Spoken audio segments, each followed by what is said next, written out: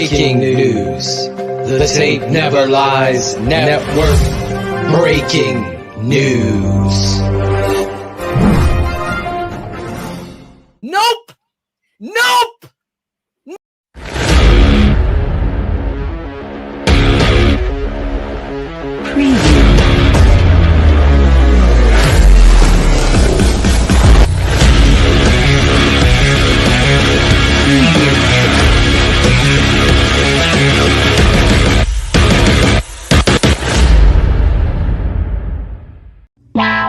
Draft Dr. Phil and the smartest man. Keeping it 100. Keep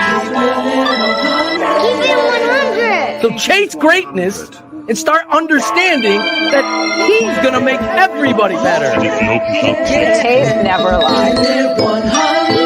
I don't want to see your tape breakdowns if you cannot show me things that are negative about a guy that's on your current team. Hashtag chase greatness. Hashtag take that. Keep it 100. Because I'll make this one more time clear. Caden Whitlow, cut it. Keeping it 100. He is the best quarterback I have ever scouted on tape. The Chicago Bears select. Guess who's back? The two dudes that kept it real. Dynamic duo that you love, the smartest man at Dr. Phil. Breaking down the film, never a problem, kick it straight. Most shows focus on stats, we focus on the tape. We keep it in 100, never running east or west. We coming with that truth, cause that's what our fans expect. Cut off the fake and anchor, moving forward to be free. But don't you worry, Shane's got the dumbest tweets. It ain't no secret, Phil and Shane got some haters. But now they're mouthed up like the true and now and latest. Debaters, frauds get kicked like Coach Tabor. Cuts had to be made, we added a barber moderator. Up and down, boys got you double checking. Sad sack strolling like a fool drunk texting. Flexing on the truth cause you know they'll never change. Real, recognize real, that's what you get with Phil and Shane. Give me some fucking names in 2 fucking games. Fuck a play or a captain, all of the up there. The tape never lies, the truth you see. We laugh, we analyze, so there's no babies like Maybelline. Straight to the truth with acumen and facts. We got a stat nerd, but he's not just giving nerd stats. Car crash, big impact like trip stat. Every Wednesday night you got the smartest man Phil back. Now we know you're smiling like a fat kid with fun dip. We're back better than ever and we keeping it 100. Keep it 100. Draft Dr. Phil and the smartest Keeping it man. 100. Keeping it 100. Keeping it 100. Draft Dr. Phil and the smartest Keeping it 100. Keeping it 100. Down there. Draft I don't Dr. know if that Phil. right foot actually touched the ground. Keep it 100. Keeping it 100. Yeah, exactly.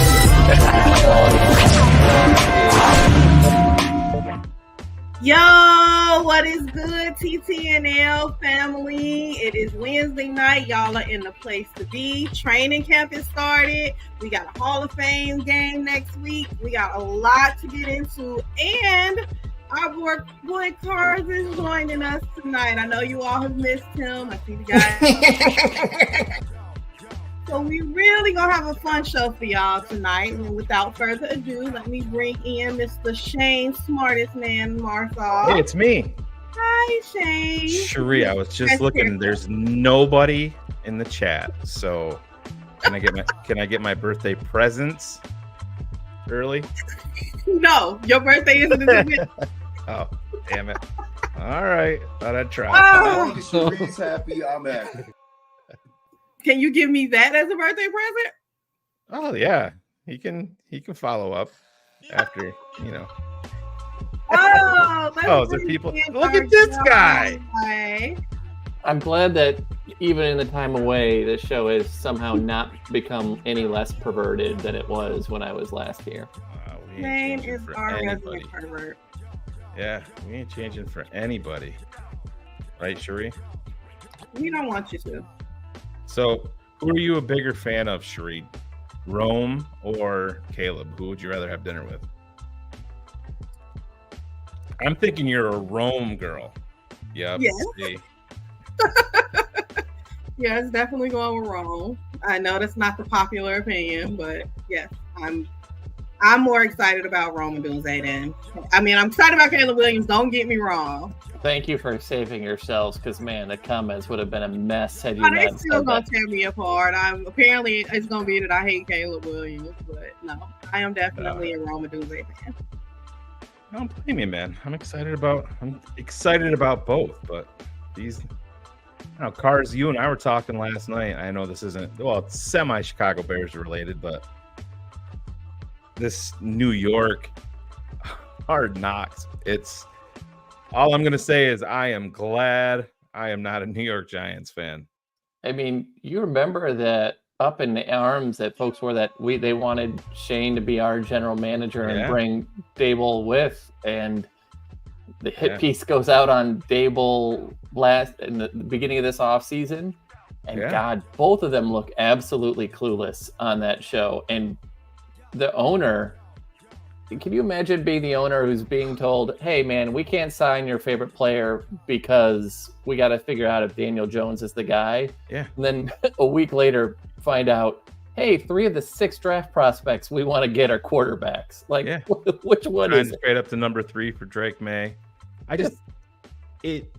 The entire process, I don't want to say they look unprepared, but it looks very chaotic. Mom and pop to me. Yeah, looks very much mom so. and I said, you watch 1920 Football Drive and Ryan Poles, and this isn't us being homers. We've lived through the chaos. We've lived through the Bears wanting to draft James Starks and then being on the phone with him, and then the general manager turns in a card for a quarterback, that things like that. But Ryan Poles is sitting back. He's like, everything, we're going to look here. We're going to look for the punter in round 4. And then we're going to try to move back up for Booker. Planning out like that. The Giants, just all of it looks, even Joe Shane comes off horribly in this. And the fact that they get, they can refuse or decline anything, and what they're letting through, he looks like a complete buffoon to me. I mean, the irony that it looks mom and pop, and it was the first episode that he's eating Uncrustables in the car. Yeah. And no shame to eat Uncrustables, but I mean, it's just kind of like, what are you? This is it's the the image. Toyota Camry all over again.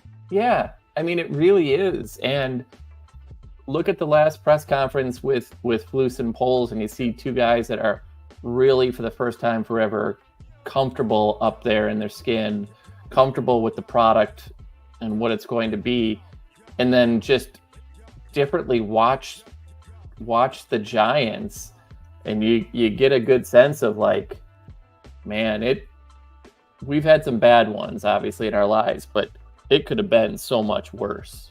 And God, am I glad that it's not.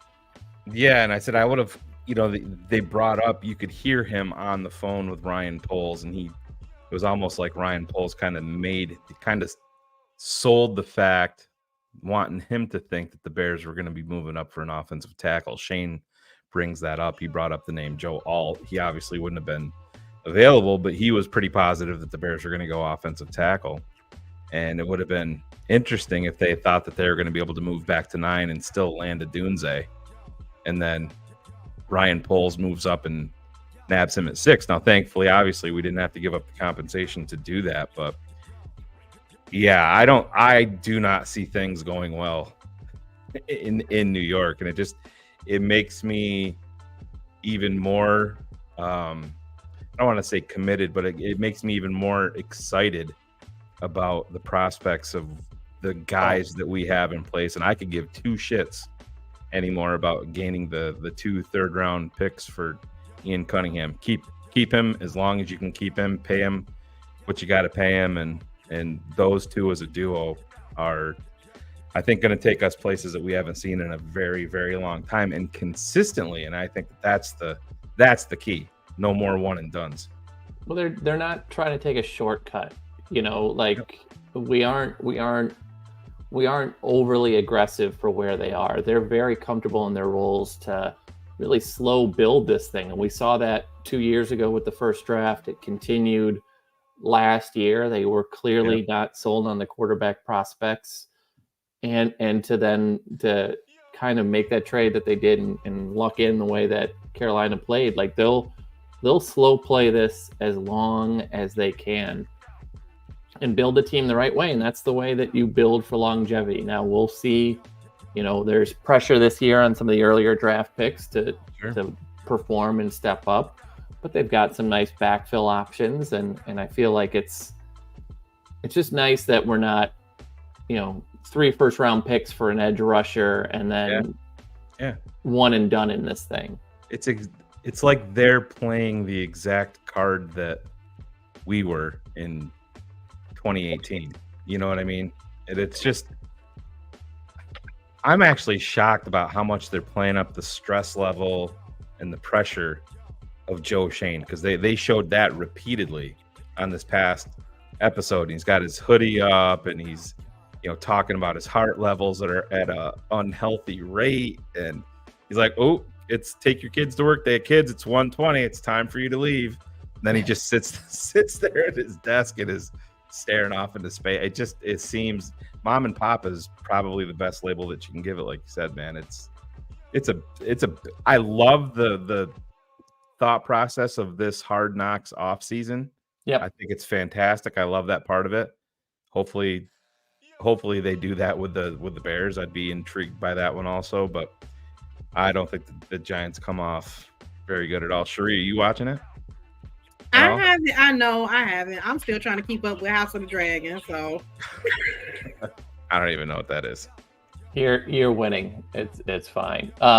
It's another Game of Thrones prequel, but it's the same thing as the previous. I mean, it's just with more dragons.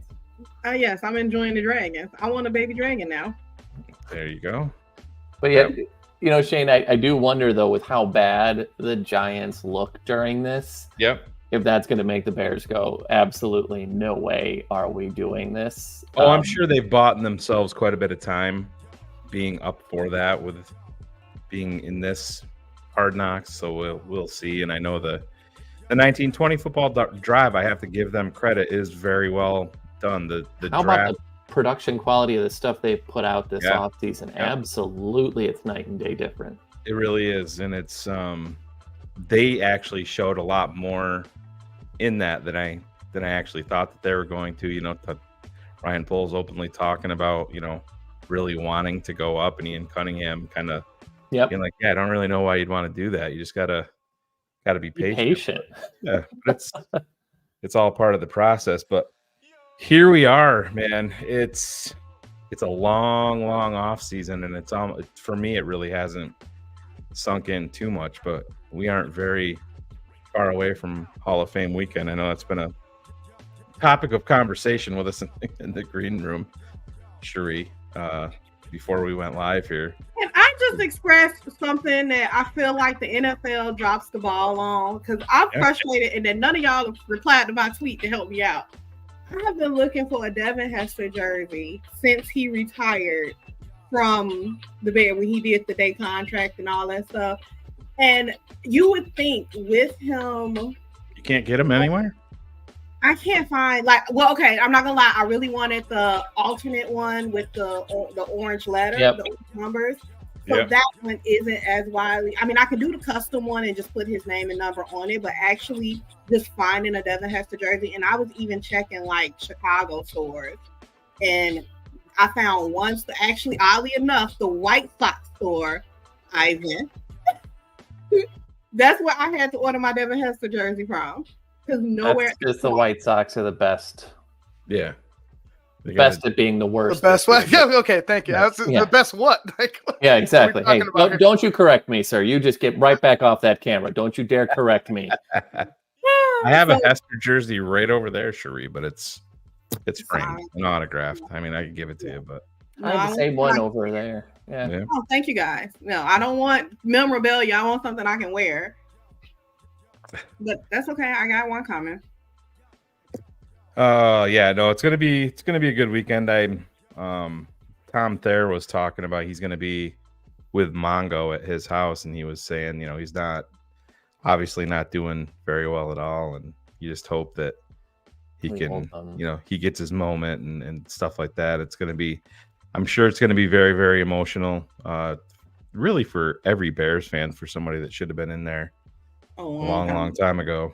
But then you throw in the Devin Hester effect, on top of it, and even, to a much lesser extent with Julius Peppers, former Bear. I can still remember texting Cars when we were waiting for that news to officially come down, and it's crazy how things like that work out, because if Gaines Adams doesn't die in his bed, they probably don't go sign Julius Peppers. Might have signed the offensive lineman that Olin Kreutz wanted. Yeah. So it's crazy how all that works. Now, one of the things that I did want to bring up, Ivan, you want to bounce in here? You can get in on this too, because we can all talk about it. I kind of know Carr's thought process on it, and I think we're on opposite sides of the fence on this. But I want Caleb Williams to suit up for the Hall of Fame game, even if it's just a couple cursory handoffs, get him out there, let him prepare like he's going to play, and you can say that it doesn't matter. I'm still stuck in the mode of, Patrick Mahomes did it when he was a rookie, and he wasn't going to start or play. Yeah. But I just think it's important. You get him out there, let him prepare for it. And Cars, I know you're on the opposite end of the fence. So what's your thought process on it all? Yeah, because it's so early, because it's only about 10 days into practice. Yep. That's the whole reason that they're not doing it. If it was another week out, he for sure would be playing, but they're not going to be sitting there. Yeah, they're going to have 3 padded practice. Tom Thayer talked about that too. He goes, we had 3 padded practices in a day and a half. Yep. And by the time they get to the Hall of Fame game, they're going to have 3 padded practices and be in camp for 3 weeks. It's crazy. Yeah, and this idea like you're going to get them familiar, with what? You're not going to, for 10 plays, if you're going to have them hand off and do these things, you're not getting him familiar with anything. You're going to go against a team unscripted, unprotected. You're not game planning for anything. All you're doing is taking a snap. For most of the Hall of Fame game stuff, it's really just a glorified padded practice. Yeah. And they just don't want to take the risk on him, that point. Again, if it were a week later, he'd be in. But because of the way the CBA works and the way that the players are protected, that's who you blame for why he's not playing more than anything. Ivan, what do you think? Yeah, did they already say he's not going to be suited? No, I don't think I don't even think they will. I don't even think they will announce it. They usually keep things like that. Okay. They mentioned Anthony Richardson, right, who missed the game against us, and CJ Stroud, right, both of which saw 45 to 55 preseason snaps as the goal. Yeah. See, the thing that bothers me though is the way that the rhetoric is. You have Ryan Poles, you have Matt Eberflus, and I like everybody being on the same page communication-wise, but they're coming out here saying every rep matters. Every time you step out on the football field, it matters. Everything needs to be magnified to the nth degree because we're trying to make the playoff. They've already declared this much. So for me, I just don't understand why you would limit – I mean – obviously, you would limit him in a preseason game regardless. I mean, of him being a rookie. But if you're saying you're trying to get him up to speed and you want to get him up to speed and you want your team prepared week 1, unlike last year where we weren't prepared week 1, I think Caleb needs to play a quarter to a quarter and a half, possibly a half. That's if you want him to get very familiar and acclimated and actually have repetitions – quality repetitions in preseason, that's what you have to do. I don't know about, I was a guy before, was like, preseason doesn't really matter. Then I kind of seen the shit show that the Bears have had, in recent years. So I'm like, all right, Caleb, he has a great talent. I want to see him being able to, first of all, be able to fail in a game that really doesn't matter, right? Like it's practice, right? It's essentially a glorified practice. It's an extra game, right? They still have 3 other preseason games like everybody else. This is just an extra one. Pretty soon we're not going to have any exactly. But games. I just want to see him. I want to see him given the time and the ability to go ahead, make the mistakes that he needs to make in the preseason or not, or just get familiar with the cadence and in and out of the huddle types, of work. And then we could go from there. I don't like the idea of limiting him in the preseason at all. Yeah, I think I'm not. Yeah, hey, we all want to see him play and are excited. I understand that, but I think it's just kind of like the process, the verbiage of spitting out the plays and him obviously not being under center a whole bunch.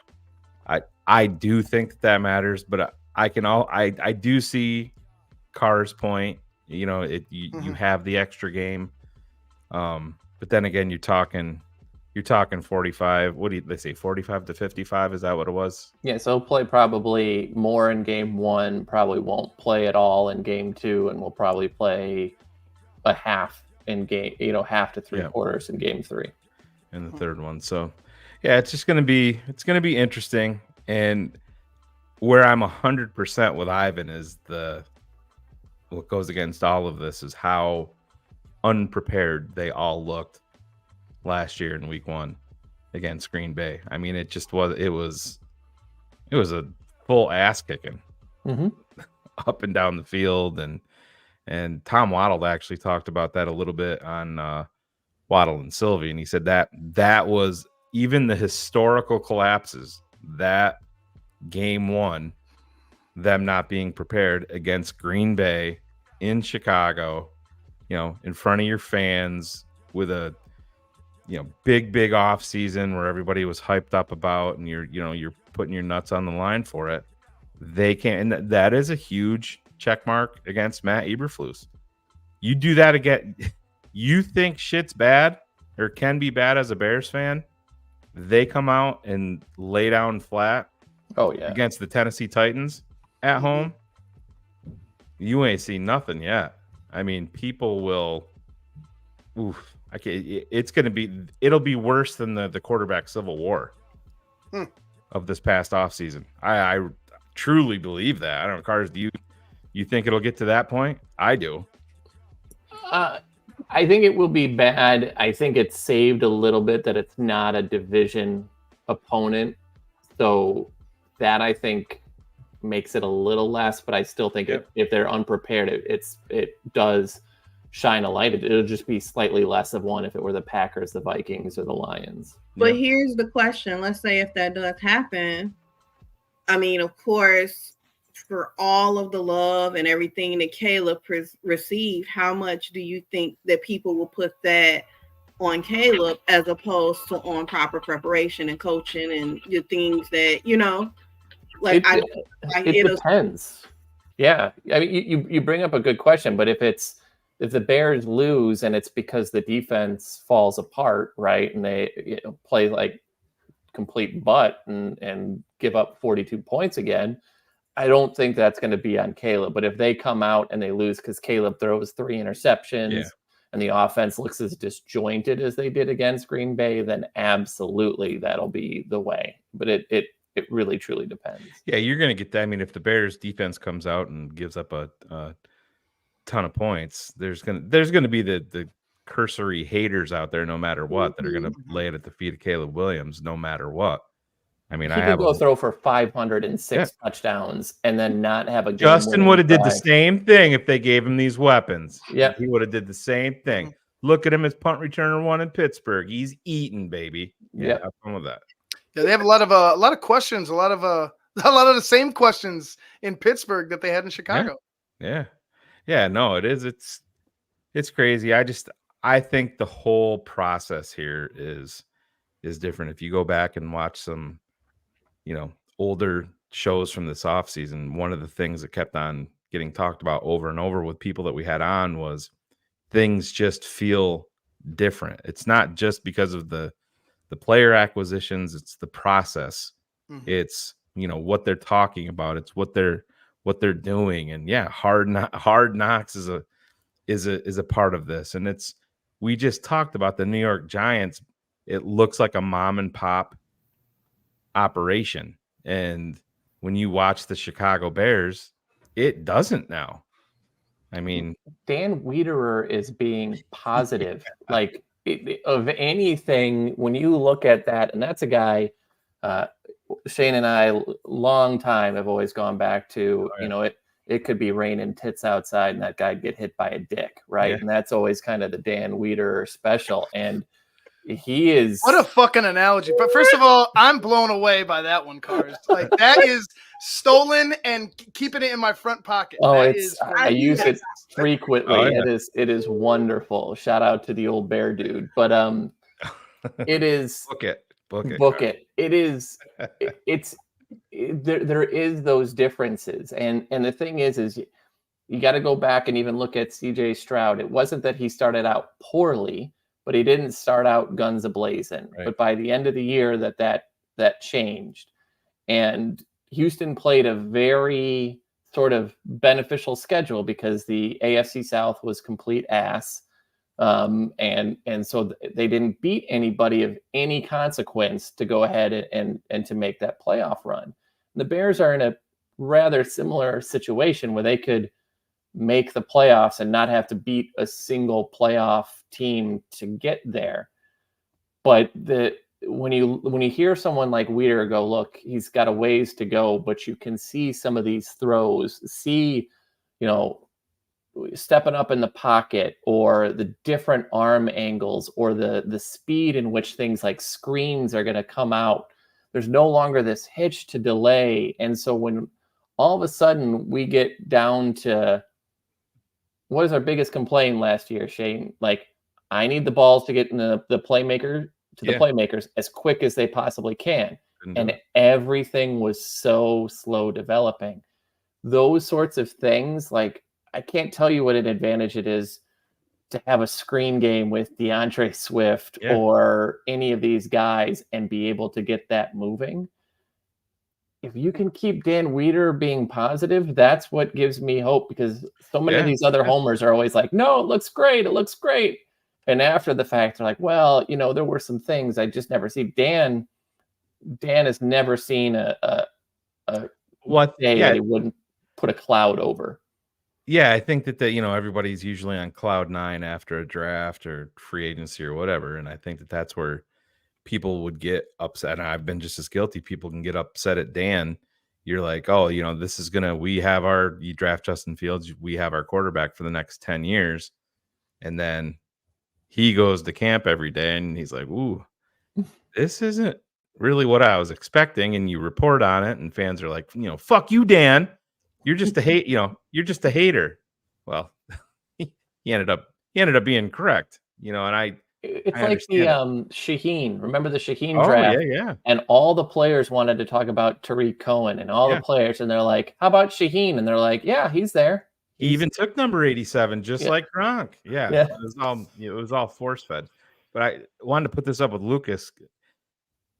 I think the difference, Lucas, is that I'm just talking about, you could see a stark difference between the Giants behind the scenes and what was going on, and the Bears with what we saw with like the 1920 football drive. The entire process of the Bears draft prep, it was very calm. They had everything prepared. There was no, Ryan Poles wasn't burying his head in his hoodie and talking about his heart levels being at an unhealthy rate, and the owner coming in and it just kind of lets you in. The owner coming in and saying, well, Saquon's our best player. Well, not even our best player, but our most popular player by far. And that, to me, that's not even worried about talent. That's just, to me, screams our fans are going to be pissed. Our jersey sales are going to be down. Merchandise is going to be down, and stuff like that. So I get what Lucas is saying, but I can't say that the process between the two franchises is the same at all. I think you look at the Kevin Warren hiring and not forcing someone else that has been inside the organization for forever, that knows where all the bodies are buried, into that role, like they did with, Ted Phillips. I think that was kind of that first move of, hey, we're still poorly run. Shane, you mentioned the other day the Thayer comment, like when he was with the Bears, they provided no player meals whatsoever during his time here. Just let me share that real quick, Cars, because I mean, we knew it. We talked to Chris Zorich on this network specifically about it. I don't even know if you heard this, but Tom Thayer played for the Bears, won a Super Bowl here, and played for the Bears through the 1992. For the Irish. Yeah, through the 1992 season. He was talking how he ate fast food twice a day, every day.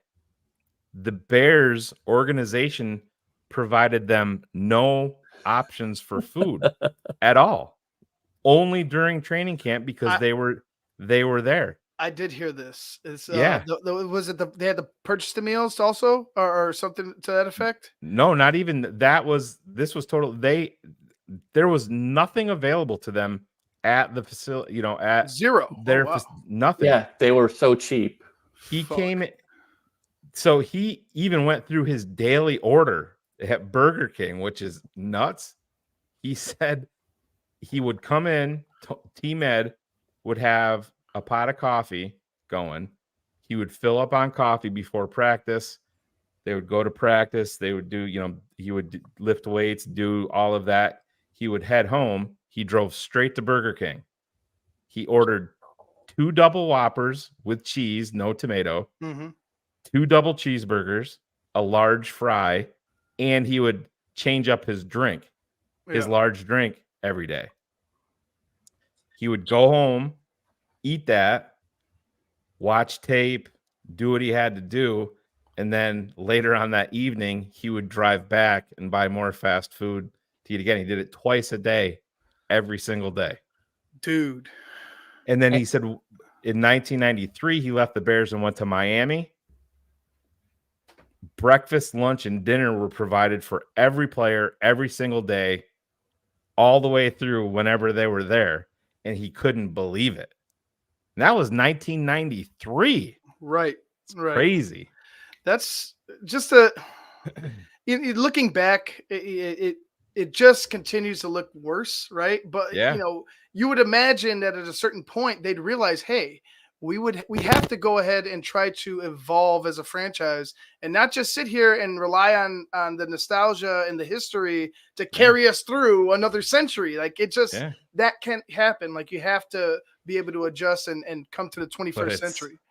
But no social media back then. You're just excited for football and sitting there. You're eating up whatever morsel you could get. I used to subscribe to Bear Report. That was your Chicago Bears news. And then when the internet, that's where I met Cars. Bear Report message board. That's where we all met. That's Phil, everybody. And you think crazy. It was that way for the longest time. Ryan Pace was the first one to really get them to take a little bit of the restrictors off, right? They built state-of-the-art facilities. They started to make all the improvements to Hallis Hall. For the first time, that seems to be when the sort of restrictions came off. But it's kind of crazy. That's where the Bears have the cheap moniker from that day and age. It's no longer the case. It just went from a cheap, poorly run organization to just a poorly run organization.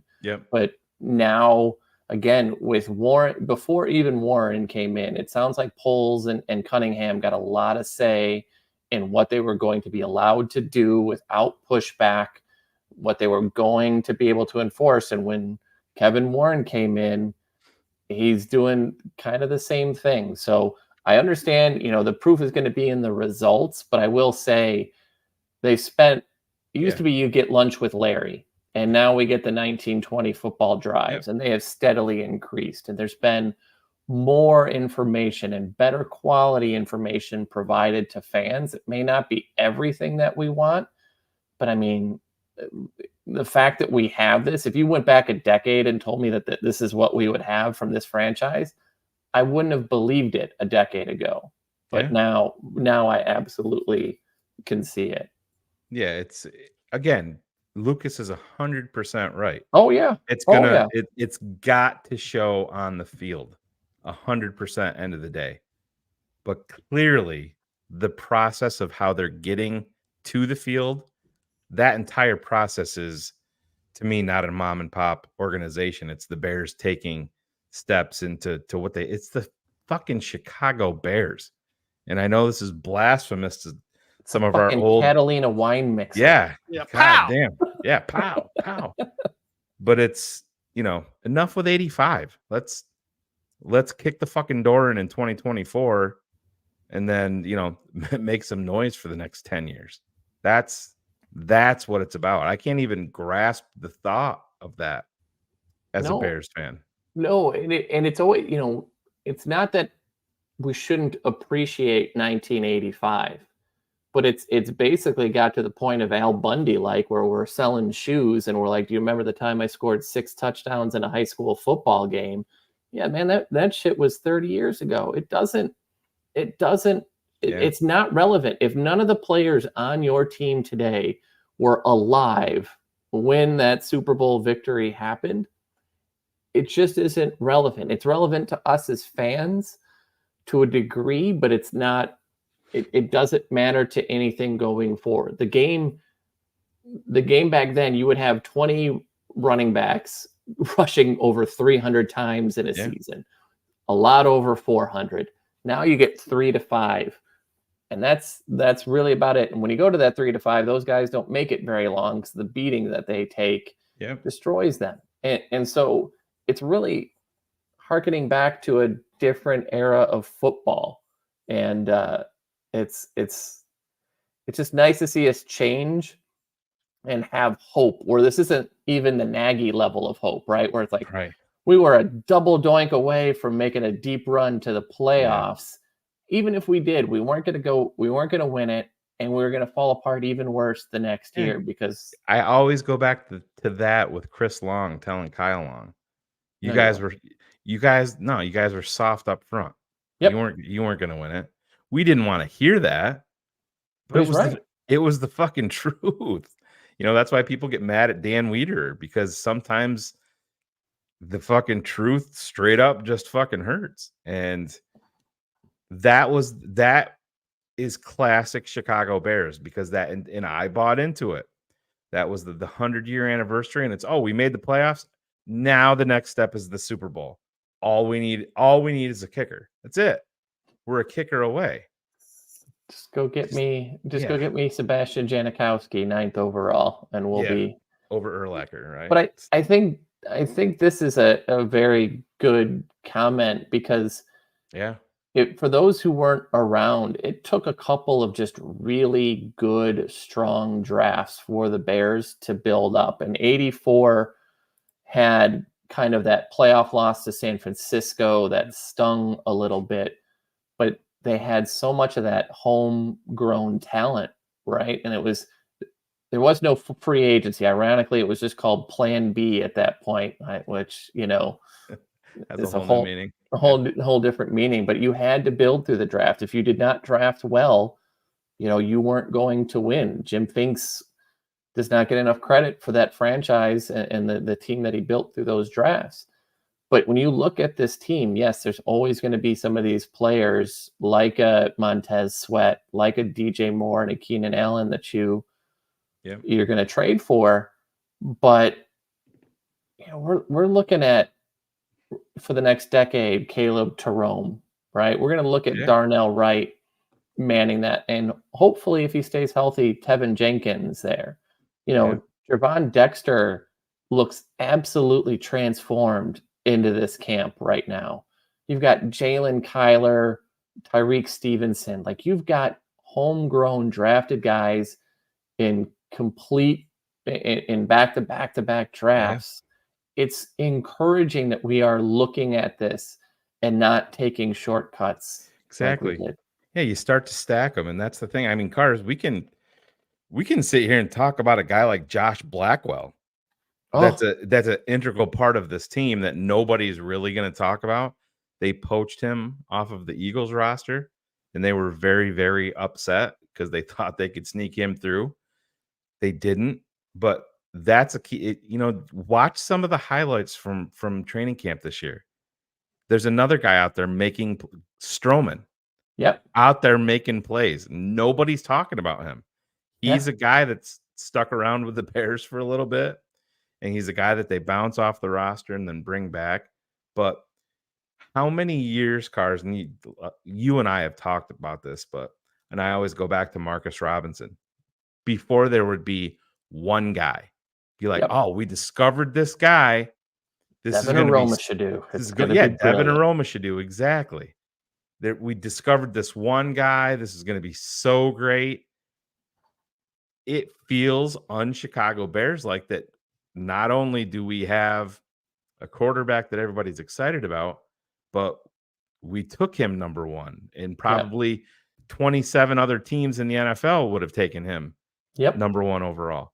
But all of those guys that you just listed, I can list 6 or 7 more of them, guys that I'm excited about. And it's not losing Brian Urlacher and your season's fucked. Yeah. On defense. Major Wright lands on him and fucks his leg up, and you're like, oh, great. You know what I mean? And it actually, I don't want to say ruined his career. It just made him a different player. Yeah. After that. But there is a lot of talent, and somebody we can get into this too, somebody that's getting a lot of hype. We've been Phil was very critical. Herb Howard and I, day 2 of the draft last year, talked about him. I just had the feeling that was going to be the guy for Ryan Poles, and he ended up drafting Gervon Dexter, brought him here. Did he fit the classic 3-tech? When they drafted him, I didn't think he was going to be the 3-tech. I'm like, oh, there's their nose. Pickens is going to be the 3. And it was actually Courtney Cronin brought it up pretty early on. And I'm like, I think she just probably screwed that up. It's going to be the other way around. Well, she was on it. She was right. I was 100% wrong. But now you see Gervon, you see I don't know if you saw his comments today about, I'm just looking at Montez. I'm looking at Tez. Whatever he does, I do, because he's where I want to be. And that shit, transforming your body. And he made the comment about Caleb Williams' confidence. And he's like, if I was a rookie and had the confidence that Caleb Williams does, I would have been such a better player. I am so excited about watching this. If he hits with the physicality that he is blessed with and just the natural strength, I think you can easily look at an Akeem Hicks type of impact from him if he hits, because of his physical gifts. He's the whole reason why Byron Murphy is not on this football team. He's the whole reason why there have been no other moves made. They watched him, and we kept seeing the pictures this offseason of the body transformation. And not that he was fat or out of shape, but he is definitely much more in shape than he was prior. Which means he talked about going 110% 2 plays in a row, and he'd be gassed and have to come off the field. He's like, I can't. He's like, the good ones can go hard for a half. The great ones go hard for 4 quarters. Oh, that's the mentality you want from this guy. I mean, and it's different. You can't call him, you don't look at him like, why am I blanking on the guy? Darnold, or Aaron Donald. You don't look at him like that, because Aaron was a littler guy with a motor. It takes more to get that 6'5" frame moving. But if he becomes the TJ Watt type of guy, or JJ Watt type of guy, right there's a great comp. Chris Jones is a great comp, because I think what you're going to see is through this season, you're going to see Dexter taking snaps on the outside like they do with Chris Jones as well. I think we have severely overlooked a little bit kind of the chess piece that a player like him can be for this team. And Cars, it might be why you see Ngakoue in Carolina. And they're not rushing into this because they played him outside last year and nobody talks about it. Dex, he got snaps last year. And what did I text you guys today when they were talking about when Thayer, with his nugget of saying that they've been that Washington, Eric Washington, the Bears defensive coordinator, has been giving Andrew Billings reps at 3 tech. Because if he's in there at 3 tech, where's Dex? He's going to be outside. And also a part of that was they were asking Eric Washington yesterday about what most impressed him about the guys coming back, and into training camp. He said the conditioning. The conditioning was, something that kind of really impressed him, for guys coming back. Obviously people are taking it serious there on the defensive side. So, and like you said, Billings mentioned it as well in his interview that they're moving him to 3 tech and, kind of mashing in with what Dexter said. They all seem to like the idea of everybody is working together, but there's also that rotation that's going to be in play where, that every rep mentality counts because they want you to be focused and ready to go when your number is called. So I love that everybody's buying into it. And I think Eric Washington, every time I hear him speak, I'm listening, I'm shut up and I'm trying to listen to what he says because he commands that room and he commands that type of respect. No, I agree. And I think the other part of that competition, though, becomes if I don't step up, someone else is going to take my snaps. Yep. Right. Like that's the other thing. If I'm not performing, everybody's being cross-trained. Someone else is going to take those snaps away from me. And I think, I know the performance wasn't necessarily there last year, but it's why I love a player like DeMarcus Walker because he's one of those guys that's going to make sure everybody gets to work, right? No one is going to sit there and practice harder. No one is going to sit down and take snaps off. He may not be the specimen that Akeem Hicks was, but what I always loved about going to camp is watching Akeem Hicks and you'd see a couple of just like lackadaisical drills. Something happened and Hicks would be like, all right, that's enough. I'm going to set the tone again and we're going to reset this and go. And now if you've got, Walker doing it from all reports, Montez Sweat is doing it. And if you've got Dexter sitting behind both going, well, if they're doing it, I'm doing it too. Yeah. Like that can only be good things. The effort is there. The fight is there. If that defensive line clicks with that backfield behind them and 2 of the best coverage linebackers in the NFL, like just go feast, go feast. And I can't wait for it. Yeah. And that's the thing, man. We get into, I know I kind of went negative with the what if they come out flat against Tennessee, but when you're as young as the Chicago Bears are now, they talk about Green Bay being the youngest team in the NFL, but I mean, you have guys like Cairo, who obviously is a major contributor to the team, Patrick Scales, Mercedes Lewis. You take those ages off of this roster, the overall age of this roster drops significantly.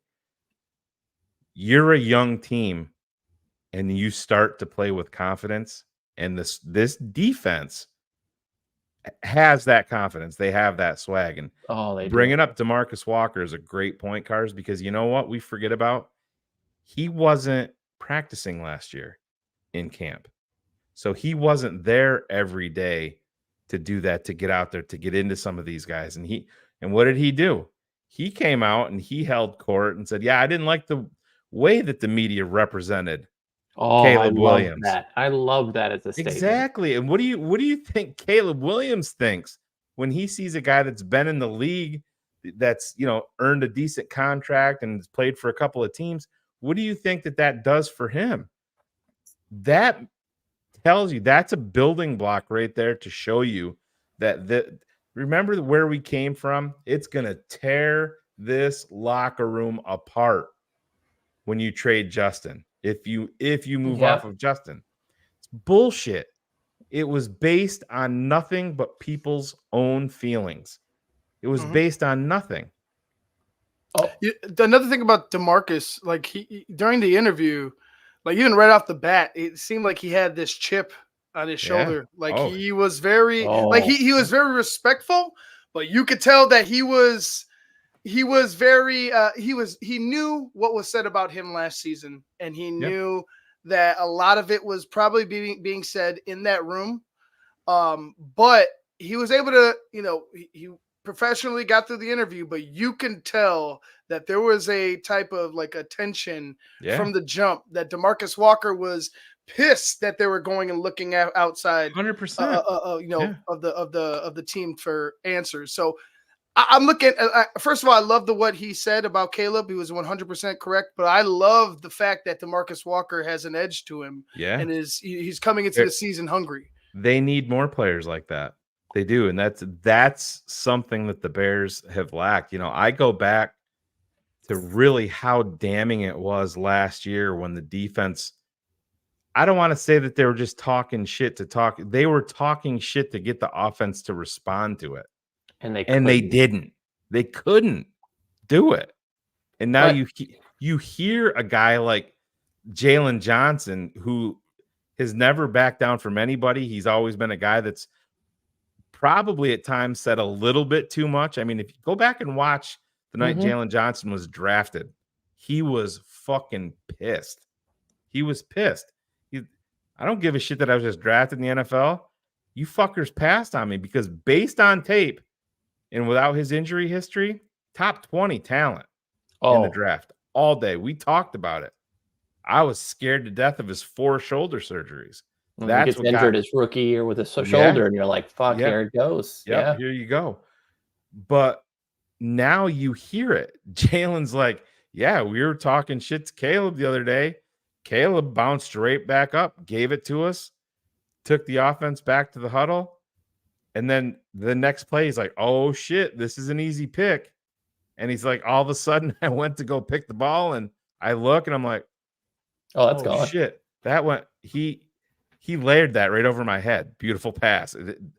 That's what you fucking need. That right there probably gave Caleb Williams so much cred in Jalen Johnson's world, because he not only spoke up, he went right back to the huddle, made a fucking play, and then Caleb's the type of guy that's going to say, see you in 40 seconds. And then we're going to score on this next one. I mean, look at what DJ Moore said early in the season, like in this competition. He's like, they'll probably win the trash talk conversation. But we'll see on the field. And those are the little things that were definitely missing last year. And, to take it a step further, you listened to Tevin Jenkins the other day, and he was talking about Ryan Bates being a leader in that role, which is something that has been missing on that offensive line for ages. They'd hoped that Lucas Patrick was going to be that guy. He just wasn't. And so that came more so from the front office. Yes, that was the front office trying to force that. Yeah, trying to force feed it. Yeah. And I think you just keep looking at this like when you look, it becomes this thing where the sum of the parts are greater, as a whole than they are individually. And so when you look at the offensive line, I really feel like it's going to be better. I don't know that I expect how much better. I know they're getting a lot of accolades, but I think you're going to see an offensive line that's better. But one of the things we talked about, Shane, earlier is when they showed the highlight and Caleb Williams climbed the pocket for a throw, right? That's something that Justin never climbed the pocket, right? He would always bail out and move. What did we do last night in that text thread? Showed the one play that he did. Yeah, well, we talked about it because we were looking back on it, and you're like, well, he did the one in Minnesota, and I'm like, yeah, you're right. Then I texted really do it. He took one step. That was it. He didn't really climb the pocket at all. But DJ, but that's the thing. That's how you save sacks, though. You're damn right. Because when you go to the outside, all of a sudden you no longer have a blocker in front. And what we kept saying is a lot of these times when there were sacks, if he stepped up in the pocket when there's pressure from the edge, if I step up in the middle, yeah, it's going to be a little tight. It's going to be tight quarters, but I have a throwing lane. I don't need to spin out and then make a defender miss necessarily to throw that ball. So when you start looking at ways the offensive line can improve, simply by just having a quarterback that can step up, that's going to do it. When we talked about the screen game and how quickly the ball can get out, that's how you can do it. And so when you've got all these pieces, there's a reason Swift is here is because he is both a receiver and a running back. So he's a very good pass catcher. You're going to see this quick pass game that can actually be quick. We ran a quick passing game that was still chariots of fire slow, trying to wait for these things to develop. And now all of a sudden, with arm angles and the way things go, so if I can actually make a screen be fast, and I've got a quarterback that is going to step up and not just bail out to the outside, it makes it less predictable for defenses to know where he's going to be, where the ball is going to go. And that helps an offensive line. That alone is going to make improvements. If Tevin Jenkins stays healthy, if Darnell Wright continues this ascension, I'm still a very big Braxton Jones fan. I think he's got a lot of potential, but I'll also be honest that Karan is possibly his future replacement if he doesn't step up this year. But they've got pieces to just be average. Kansas City's offensive line was not good last year. They were not. But they still won because they had a quarterback who would step up in the pocket when shit would come on the edge. Yeah, and that's when you talk about a player being a multiplier. That was Caleb Williams can make everybody in front of him look better. But can we sit here? Am I 100% comfortable? No, there's a ton of questions. I like Ryan Bates. We'll see. I can't sit here and say that he's going to 100% be the answer. I mean, that honestly, it sounds like it's more of a competition than I was even expecting at center. I kind of thought that it was going to be Ryan Bates all the way. And I know they're switching every practice, it seems like, with him and him. They want to make the best five, right? Yeah, right.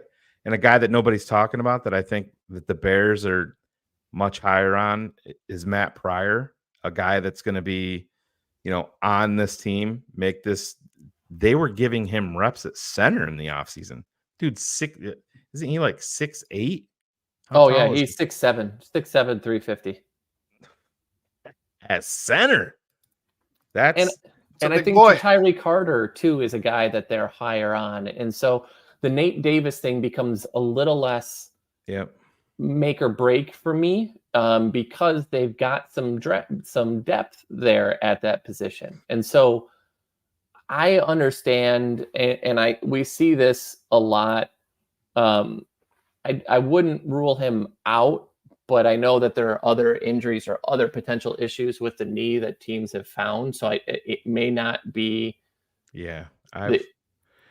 We had heard that a couple of different times with Connor Williams, that there's issues beyond that. I know he passed. He's in Seattle. He's dealing with Seattle. There's no deal that's imminent, but he passed the physical there. So we'll see. But I mean, I wouldn't be against it. I don't feel like it's going to happen because I think that they like some of their options, and much like how they are on the defensive line, it sounds like the way that I'm expecting this to play out, and I think you guys can speak up and tell me if you think I'm crazy. If Austin Booker and Dominique Robinson and DeMarcus Walker and these guys don't show, they'll make a move. Then you're going to see a guy like Ngakoue, brought in.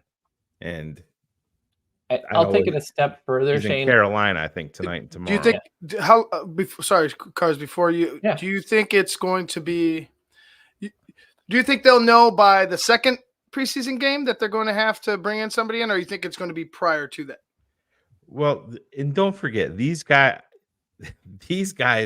know a lot right now about what they're seeing even behind the scenes with these guys. Because listen, a lot of these guys can make their bed. Like Tevin Jenkins originally was his own worst enemy, and he'll tell you that because he was cocky, his attitude was terrible, his work ethic sucked. And he's like, "Oh, I was the 39th overall pick.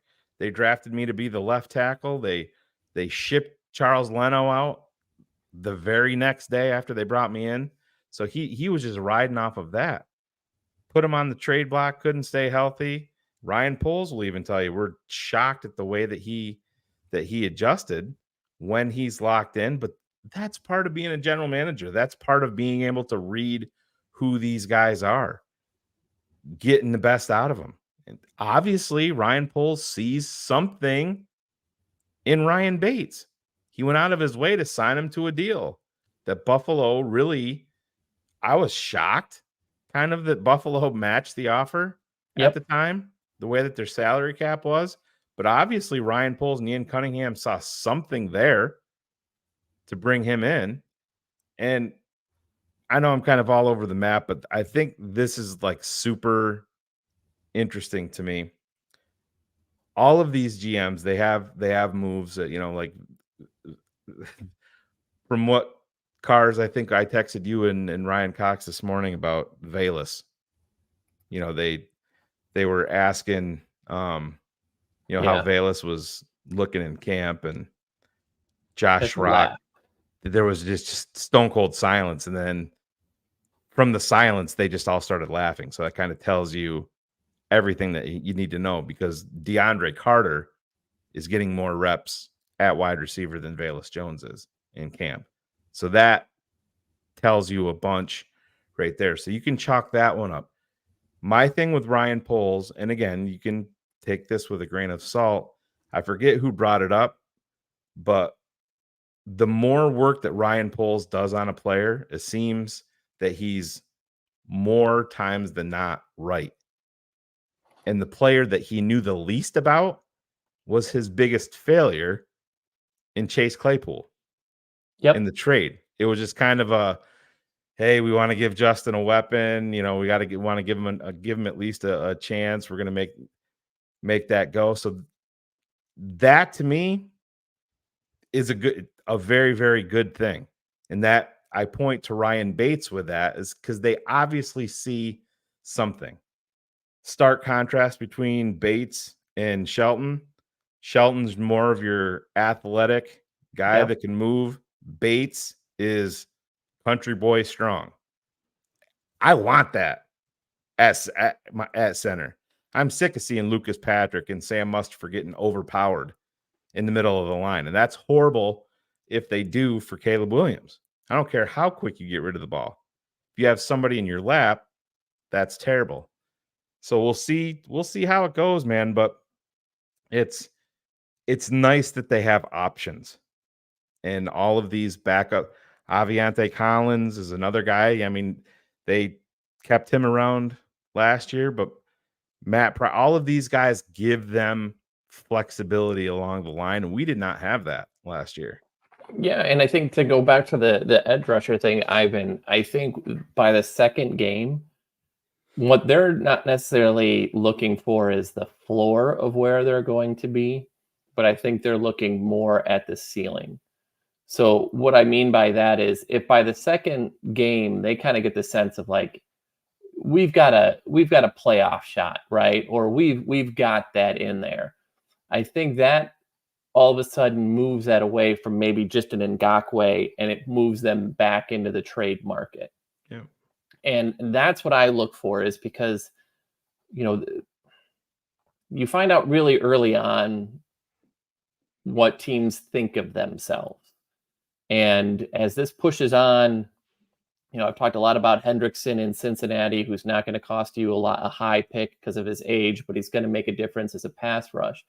Like those are the types of moves that you see them making if they really get a sense that they're going to make a run. And I think, the guy in New England, Judon as well. Judon, yeah.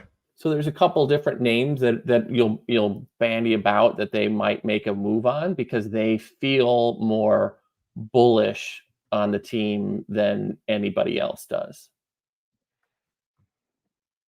Yeah, somebody was asking where Claypool is now. He's a member of the Buffalo Bills.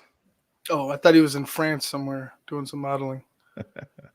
No, that was last year with us, unfortunately. But yeah. So yeah, I mean, I think that there's a lot of questions on the offensive line, but it's going to be I don't want to say makeup on a pig. I think that that's a little bit too strong, but I think Caleb obviously and Adam Johns did refer to this. He said when the Bears go with their quick game, it's not quick. It's lightning fast. And that is a stark difference. You want to get the ball out to DeAndre Swift. You want to get the ball out to Gerald Everett. You want to get to DJ Moore, to Keenan Allen. Get these guys in space. I mean, who's the wide receiver that's stepping up the last couple of days that you're seeing in the highlights and making plays? It's Scott. Scott. Yeah. Or Tyler Scott. Yeah. That speed element with the guys that you have currently on this roster, that can be a massive asset because if he's out there, they were talking about the Bears going 5 wide and then, with DeAndre Swift split out. When was the last time we saw the Chicago Bears do that? We saw it with Mitch Trubisky, with Kendall Wright, and that group. I mean, it was brutal. Who was the wide receiver we traded? Dontrell Inman. Oh, Dontrell Inman. Oh, yeah. Yep. And we were excited. Those were our options that year. Oh, God.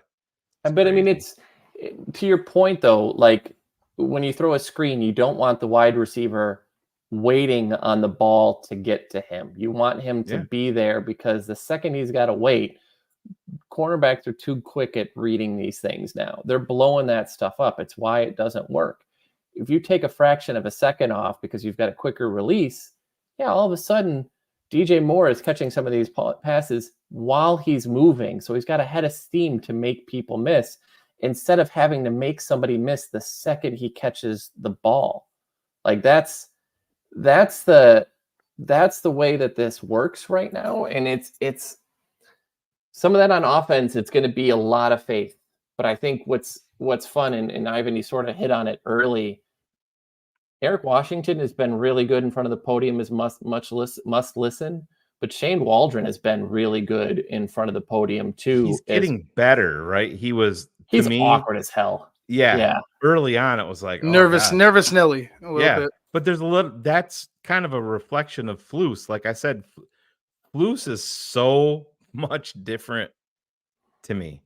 And I said, I love the little quips of him giving it back to the he's media. Comfy now. Yeah. Oh yeah. Talking about the party that he had for the coaches and the front office. And he's like, I think what did he say? He counted 18 kids in the pool. And he's like, yes, I hired a lifeguard, before just putting that out there before some idiot goes out there and said, well, was that safe and all that shit? But who's paying attention to the kids? Yeah. He's got the confidence now of the 50-year-old guy that divorces his wife for a 20-something and gets a convertible right now. Yeah.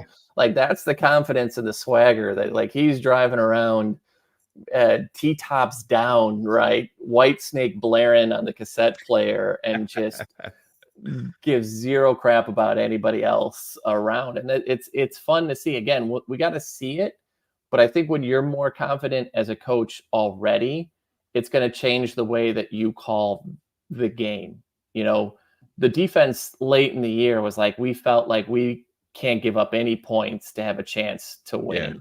You don't get that sense right now that they're playing with more of a swagger because they know that they're going to be able to count on some big plays and things to happen.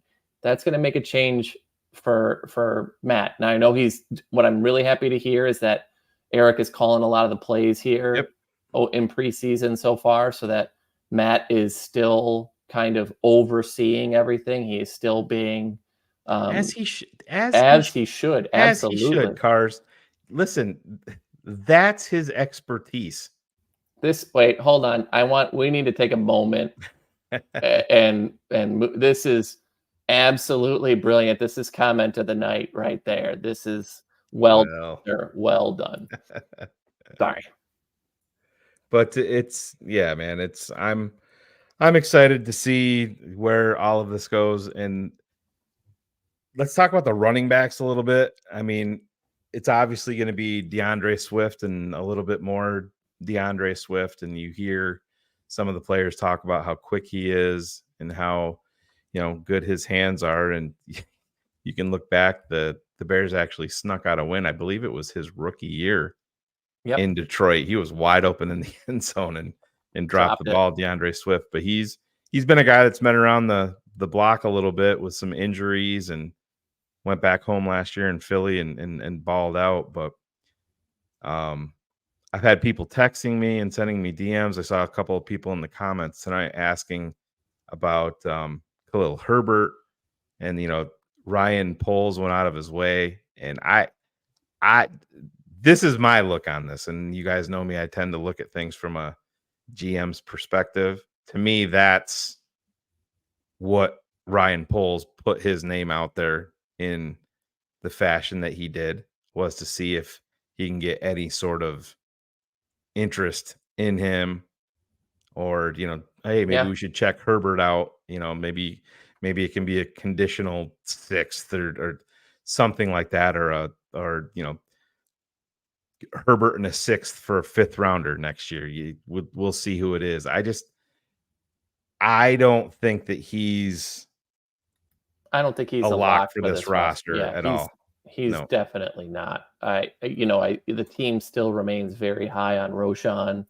He seems to be a different, he's a different type of runner as compared to Swift. So I think that kind of pairing makes sense. Jeff Joniak specifically named Ian Wheeler, the UDFA running back, and his blinding speed and how it stands out in camp.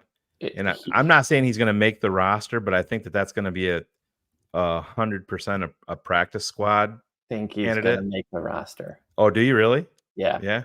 I think that's going to be part of the reason why they'll keep 4. Yeah. Homer will make it because of his special teams play, but Wheeler, I just have this sense his speed is different. Yeah.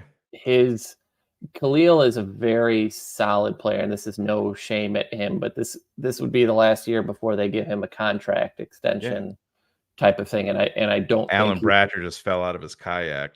What are you talking about? Khalil Herbert off this roster. Who? But you listen to the way that people talk about him. It's very reminiscent of Tariq Cohen in camp those years ago. Like, he stands out, and that's different enough, I think, to make this squad. Kari Blasingame, do you think Waldron's been a guy that doesn't use the fullback too much, more of an H-back, but that's what he can do that. I mean, somebody put in the comment. He's been criminally unused. Yeah, totally agree. By Luke Getsy. I think looking back, Waldron didn't use one because they didn't have one on the roster. And so I think Kari is safe at this point.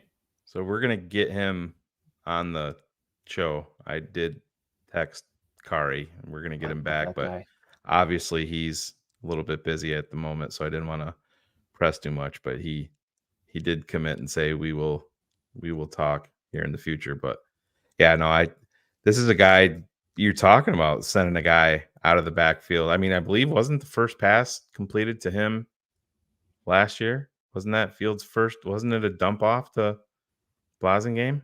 I believe so, in game 1. I think so. Yeah. Yeah.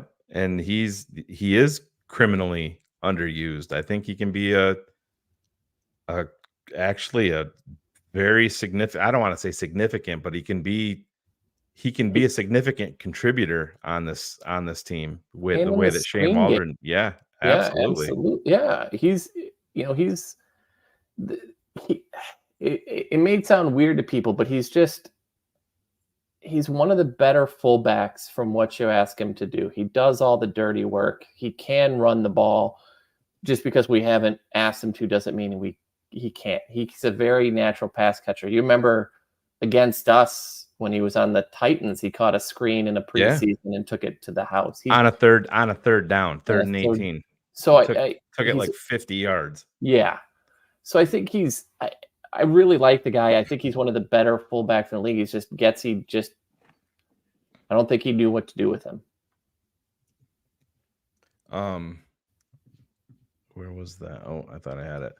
Sarah, I remember I was actually high on him. He came from Florida Atlantic, I believe it was. Remember, Kareth. it was, Kareth White. He actually wasn't a UDFA. They ended up drafting him, I believe, in the 7th round. Actually showed some flashes and went to Pittsburgh and played a little bit, but I don't think he ever He's stuck. never stuck. He's not there because Jalen Warren came around and he's not been there ever since. Yeah, so no, I'm really excited about this this running game and their options. And again, much like with the offensive line, it's the versatility of really all of these guys. Not so much Roshan. I know he's shown the ability that he can catch some passes, but he's going to be the guy that I think that they rely on. Now, will they get down onto the goal line, and will he poach some of those touchdowns from DeAndre Swift? Like Philly did they would do the tush push and not give DeAndre, but I could see maybe some of those goal line touchdowns being poached from a guy like Roshan Johnson, as the year goes along. But and our friend, sorry, just to circle back real quick, our friend of the pod, Ryan, just mentioned Courtney Cronin said that Howard was getting reps with the twos today in practice. Oh, wow. Yeah, see, that's just, and I've had that idea that Khalil would be the odd man out, just for the simple fact that you added a guy like DeAndre Swift, who by all accounts can do exactly what Khalil can do, but better. And then you have Roshan, who's obviously a power runner, which you need, and a better blocker, which Khalil isn't. So now then you add the dynamic of a guy like Ian Wheeler, who has blazing speed and can take it to the house at any moment, which Khalil doesn't have. So, like for me, I think it's unless Khalil has an amazing preseason and training camp, I think the writing's on the wall for Khalil, and he'd be an odd man out. I agree, and he, just like Carr said, contract is going to play into this. You know what I mean? It's I can easily see him off the roster. Now it's me bringing up Ian Wheeler and Joniak talking about it, and now Courtney Cronin saying this dude isn't fast, he's fast.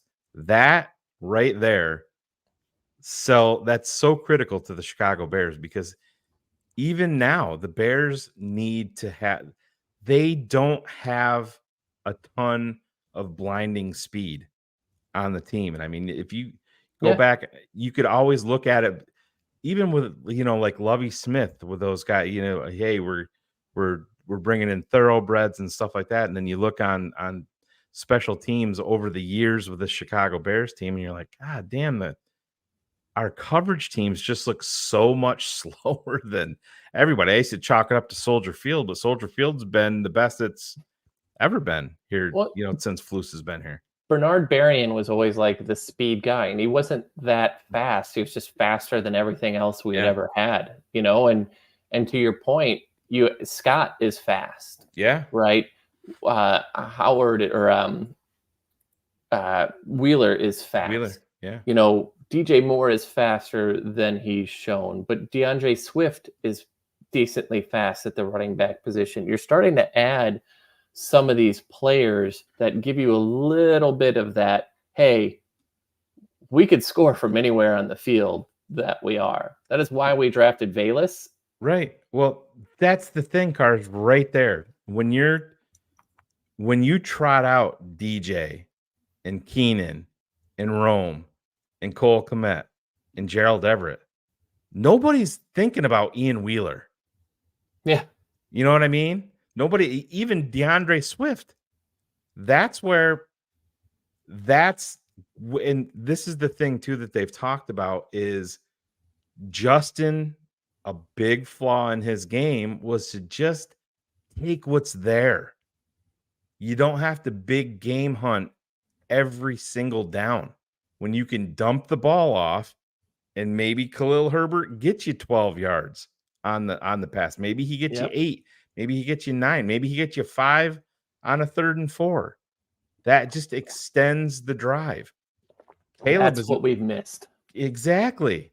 And that's exactly those things, those dump off passes, cars. That's why Cole Kmet and DeAndre Swift could eat big time in this offense with the intermediate and the underneath stuff.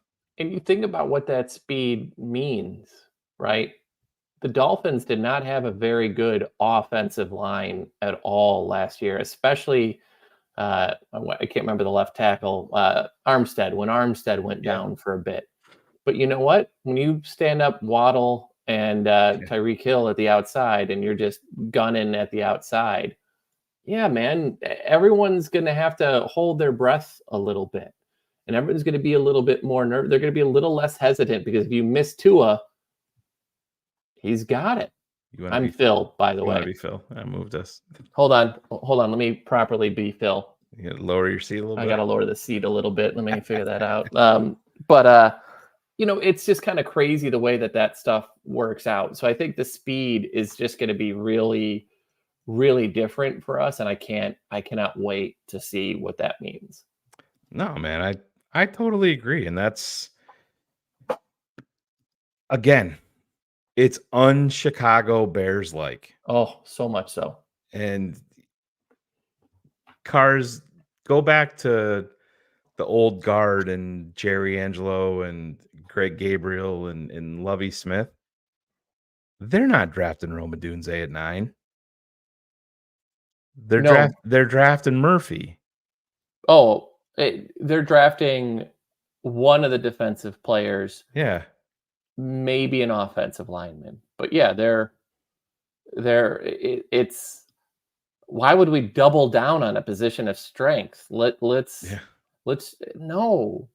Again, Kansas City did not have the best roster in football last year. Yep. But they had the best pieces where it counted, and that's how you win. Philadelphia may not have the same deep roster, but anytime you're putting up Devonta and AJ Brown, you're gonna be in a lot of games. That's why they went out and did Saquon, even though you technically shouldn't. Because you know what? What else are teams going to do? Saquon's going to be better now because of that. Right. And so for them to do this, it does mean, hey, Keenan, you may be a 1-year rental. We might actually give you 2 more years on a decent deal at this point afterwards. You're not getting 4 or 5, but man, it is nice to be in this situation where I don't have to talk myself into the players that we drafted. I didn't have to talk myself into Darnell Wright. No. I don't have to talk myself into Caleb. We were all on that's the one thing we've talked about it. Jesus, man, I think we're about a month out on Darnell from the draft last year. Yeah. All of us kind of in consensus and not wanting Jalen Carter because there was just, hey, listen, the flash plays are fun. They're great. Jalen Carter was not the same player at the end of last year or even at the midway that point. 49ers game where he got called out by one of the 49ers players. Yep.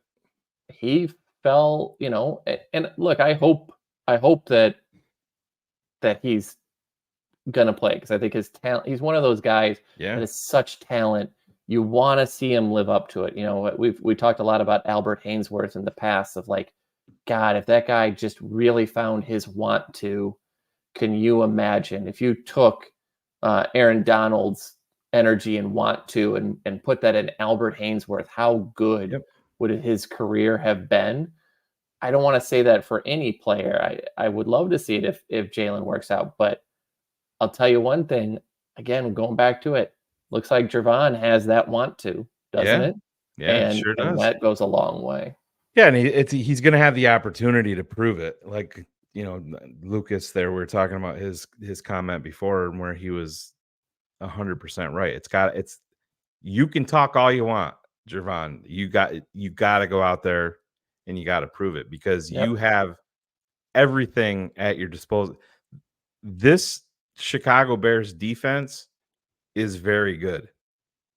If Gervon Dexter takes the leap, they're going to go from very good to holy fucking shit. Look at what Kenny Clark did for the Packers defense. Yeah. Right? It just takes that one guy. And Kenny Clark wasn't a second round, but he was a late first round pick. Yep. And when he figured that out, look at the contract extension he just signed. He's been a nightmare for us. You know what? I want that type of guy to be here for 10 years on our team, being a nightmare for them. Yeah. And let's be honest, if the Packers hadn't extended him and he hit the market next year and Dexter didn't take the step, that's probably would have been the Bears type move. Especially, and they had to get him signed before they could do the Love thing to make sure that they could fix that.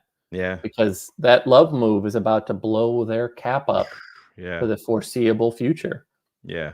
So real quick, Lucas, they did not trade AJ Brown. They actually extended him. They extended Devontae Smith. They did all of that. So, and it basically, that to me, that means that this is going to be Nick Sirianni's prove it or you're out year. So he's out. He was almost out this offseason. He should have been. It's much like Doug Peterson with his Super Bowl run. The talent was so good that it overlooked that he just wasn't that good of a coach. Yeah.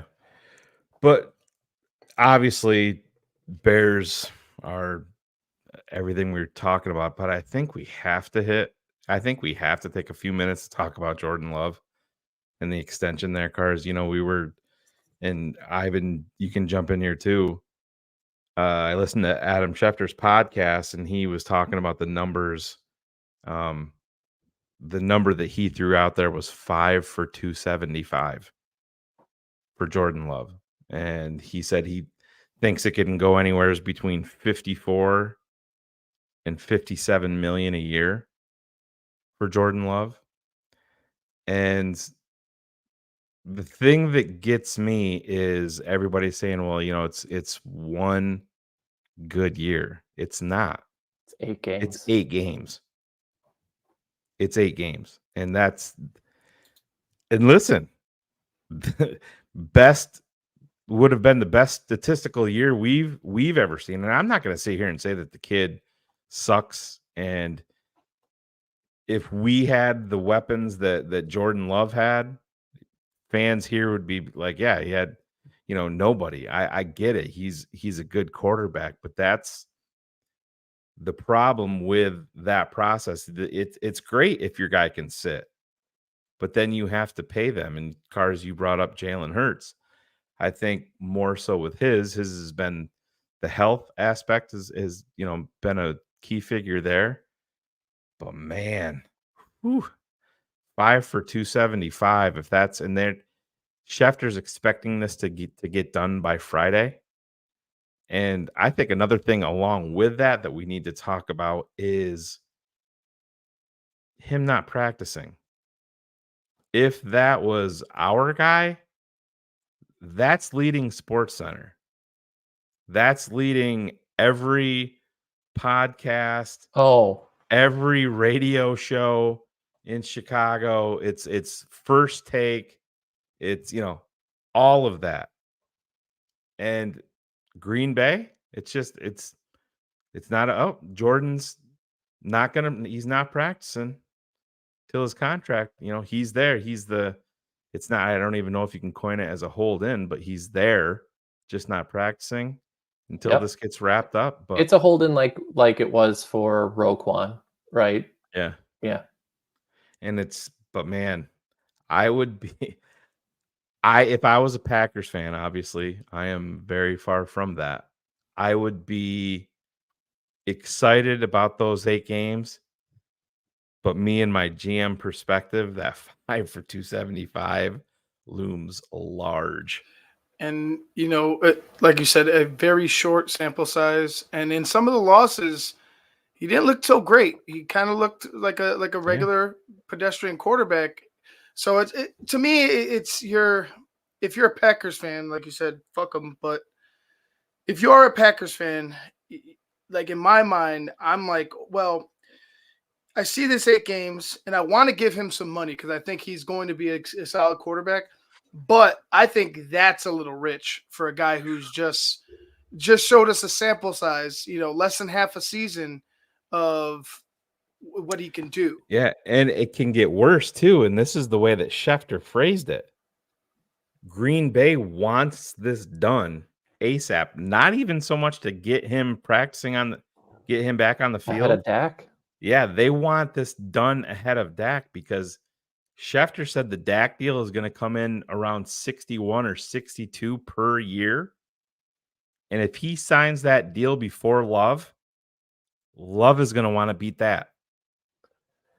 And that's crippling. And I think it's always important to go back and look. So it was at week 9 was his last bad game against Pittsburgh. When he went on that better streak, it was against a very bad Chargers defense, a less than good Detroit defense, a Kansas City defense that's kind of hit or miss. He had 2 losses back-to-back against the Giants and Tampa Bay. And then he went to Carolina, Minnesota, and Chicago. Yep. None of these were, big teams. This is exactly what I kind of started out talking about with CJ Stroud and Houston and how they didn't really have to beat anyone of significance to do that. And so I'm always worried about an 8-game thing because now you have a year's worth of tape. You have now taken away, to me, the one player that was immensely important for him in Aaron Jones. And you replace him with Josh Jacobs, who on paper potentially could be a better guy, but has more carries than Aaron Jones does at this point, which is usually starting to mean that you're going to be on the decline here soon. And if he doesn't take that step, if this contract is at all like these others where it is fully guaranteed or as close to fully guaranteed as you can be, if this doesn't, you're making this huge, massive bet that if you are incorrect, you aren't going to get out of this like you did on Aaron Rodgers' deal. No, you're stuck for 3 years.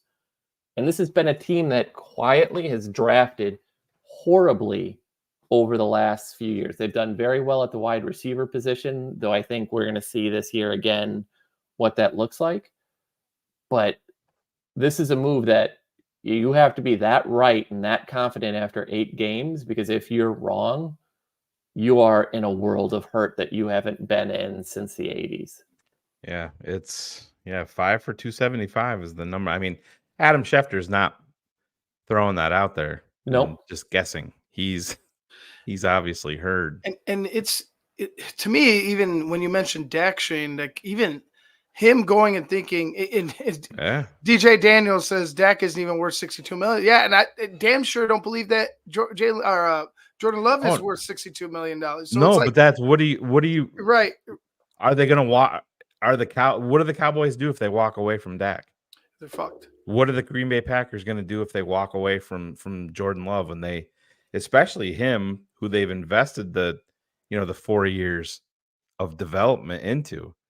That's the down. Like I said, I understand the thought process, and it worked for Aaron Rodgers to sit behind Favre, and all signs are pointing to a positive way for Jordan Love and that working out with him sitting.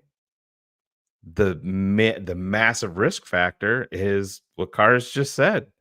You can financially cripple yourself for the next 3 years, depending on how this is structured. And don't forget, was the kid from Penn State, they drafted him last year, and they drafted another one this year, correct? Correct. Quarterback. Wasn't it Clifford? Didn't they draft him last year, and then this year they took the kid from Tulane? They late. did, yeah, because they're old way. Yeah. So yeah, Michael Pratt this year, Yep. and in the 7th, and it was Sean Clifford in the 5th the year before. Yeah.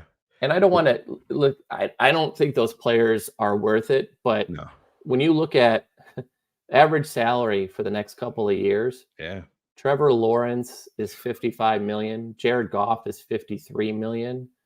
Kyler Murray is $46 million. Deshaun Watson is $46 million. If you look at it right now with all the existing contracts, Patrick Mahomes would be the 9th highest paid quarterback, tied with Kirk Cousins. Yep.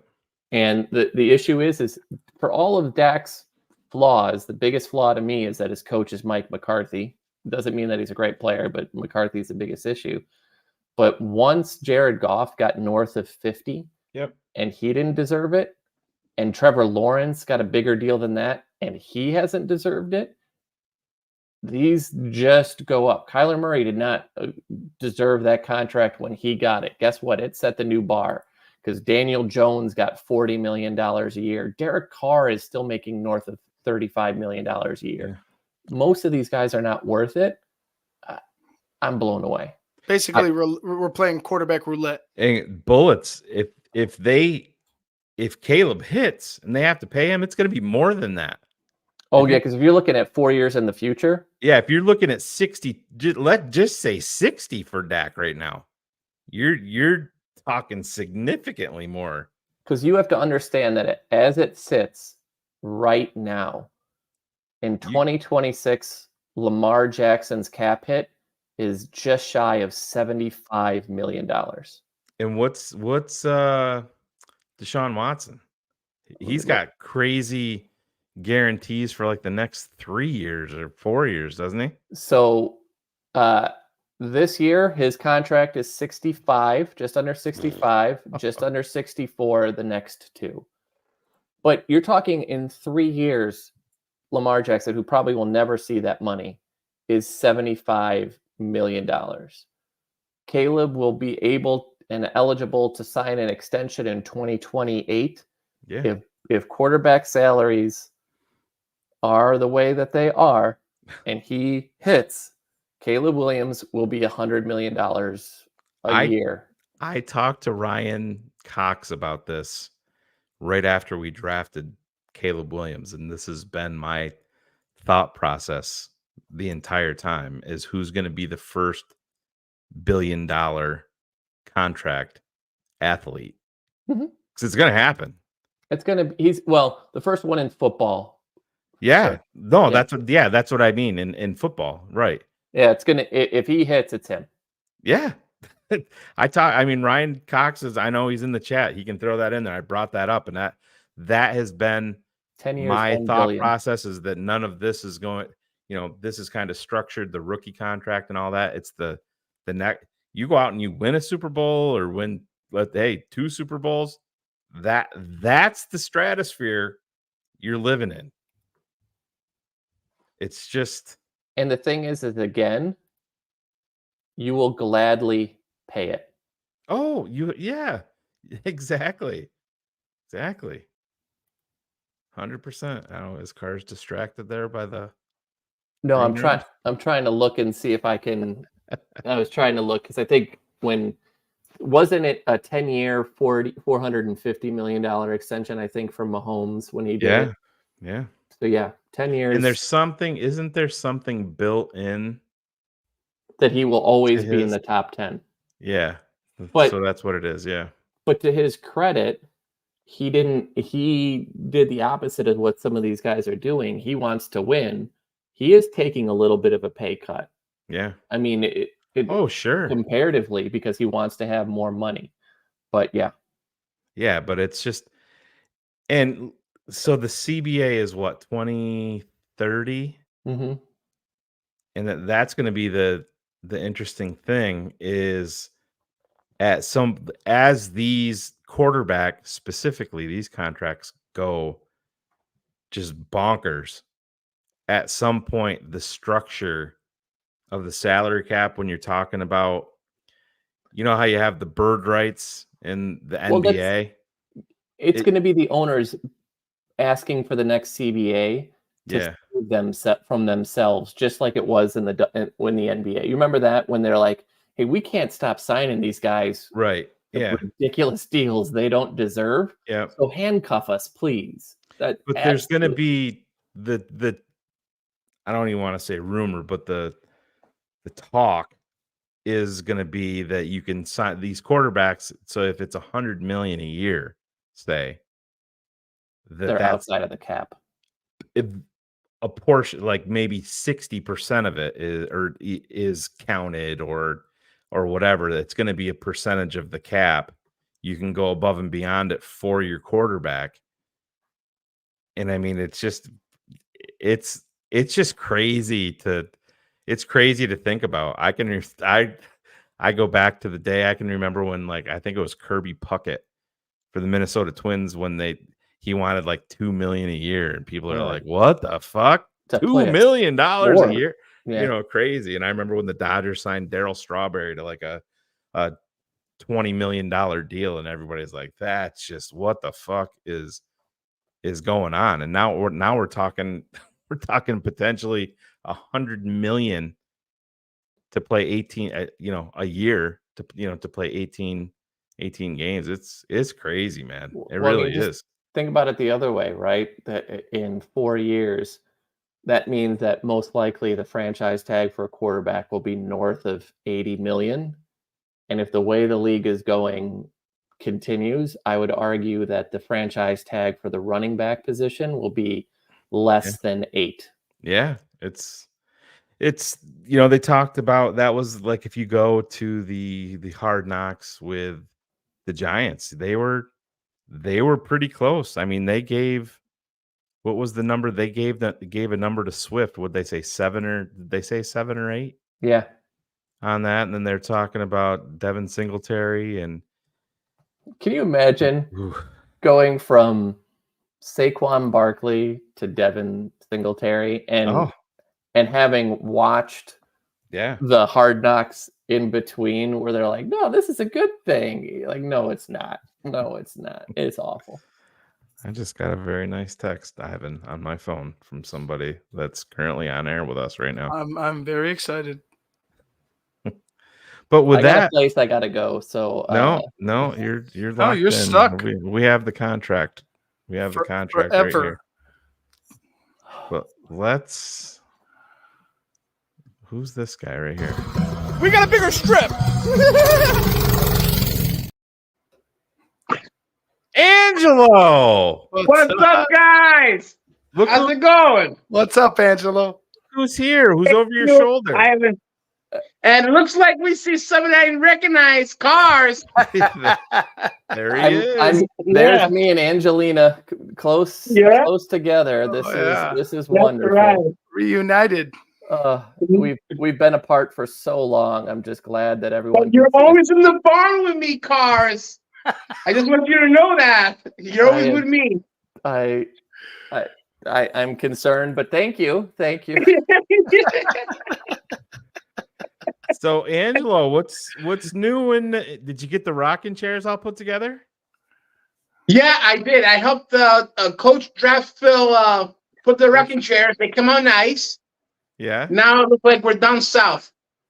Yeah, Phil's always got you working. He's a nice guy. He's a nice guy to be working for. I called Phil the other day, and Angelo answered the phone. Yeah. Was it yesterday? Was it yesterday? I think it was. It yesterday? I think it was 2 days ago. Yeah, 2 days ago. Yeah. 2 days. So is it hot down there in Connecticut?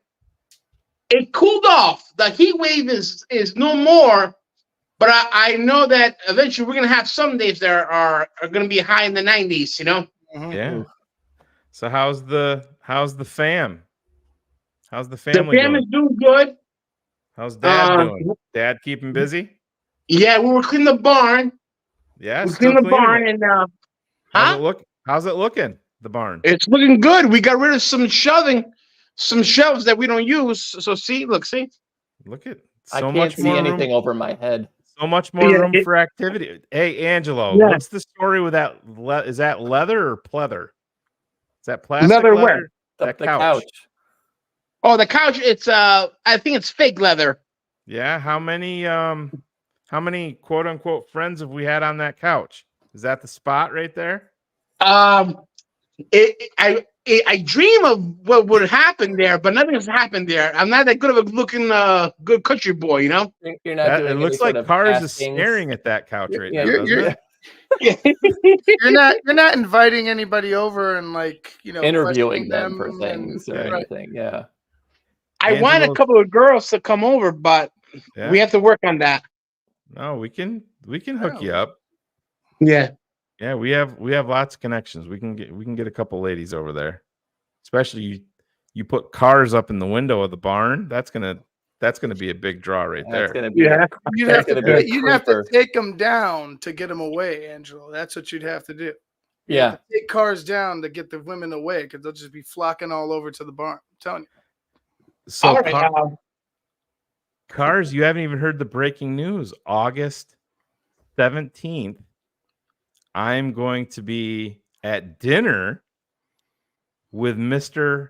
Angelo Joseph Marino from Wallingford, Connecticut. That's down in right. New Haven. Modern pizza. Yep. Pizza. We're gonna have some good times, Shane, when you come here. I can't wait. He said he's taking me to a strip club after, so I'm gonna have to find a place for my son, my 13-year-old to go. But the strip club, there's a one. Yeah, you got to learn sometime. You got a buffet, right? They got a buffet there.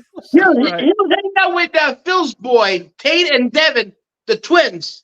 Yeah, you know, we'll send them there. Steph can have a whole house full of, preteens and 13-year-old. Yeah, they got a PlayStation, don't they? Just make sure you leave a bottle of Jack Daniels for Steph or something strong to dull the pain of those teenage boys. We might have to go live that night, Angelo. We'll all come to the Marino barn, go live for our patrons.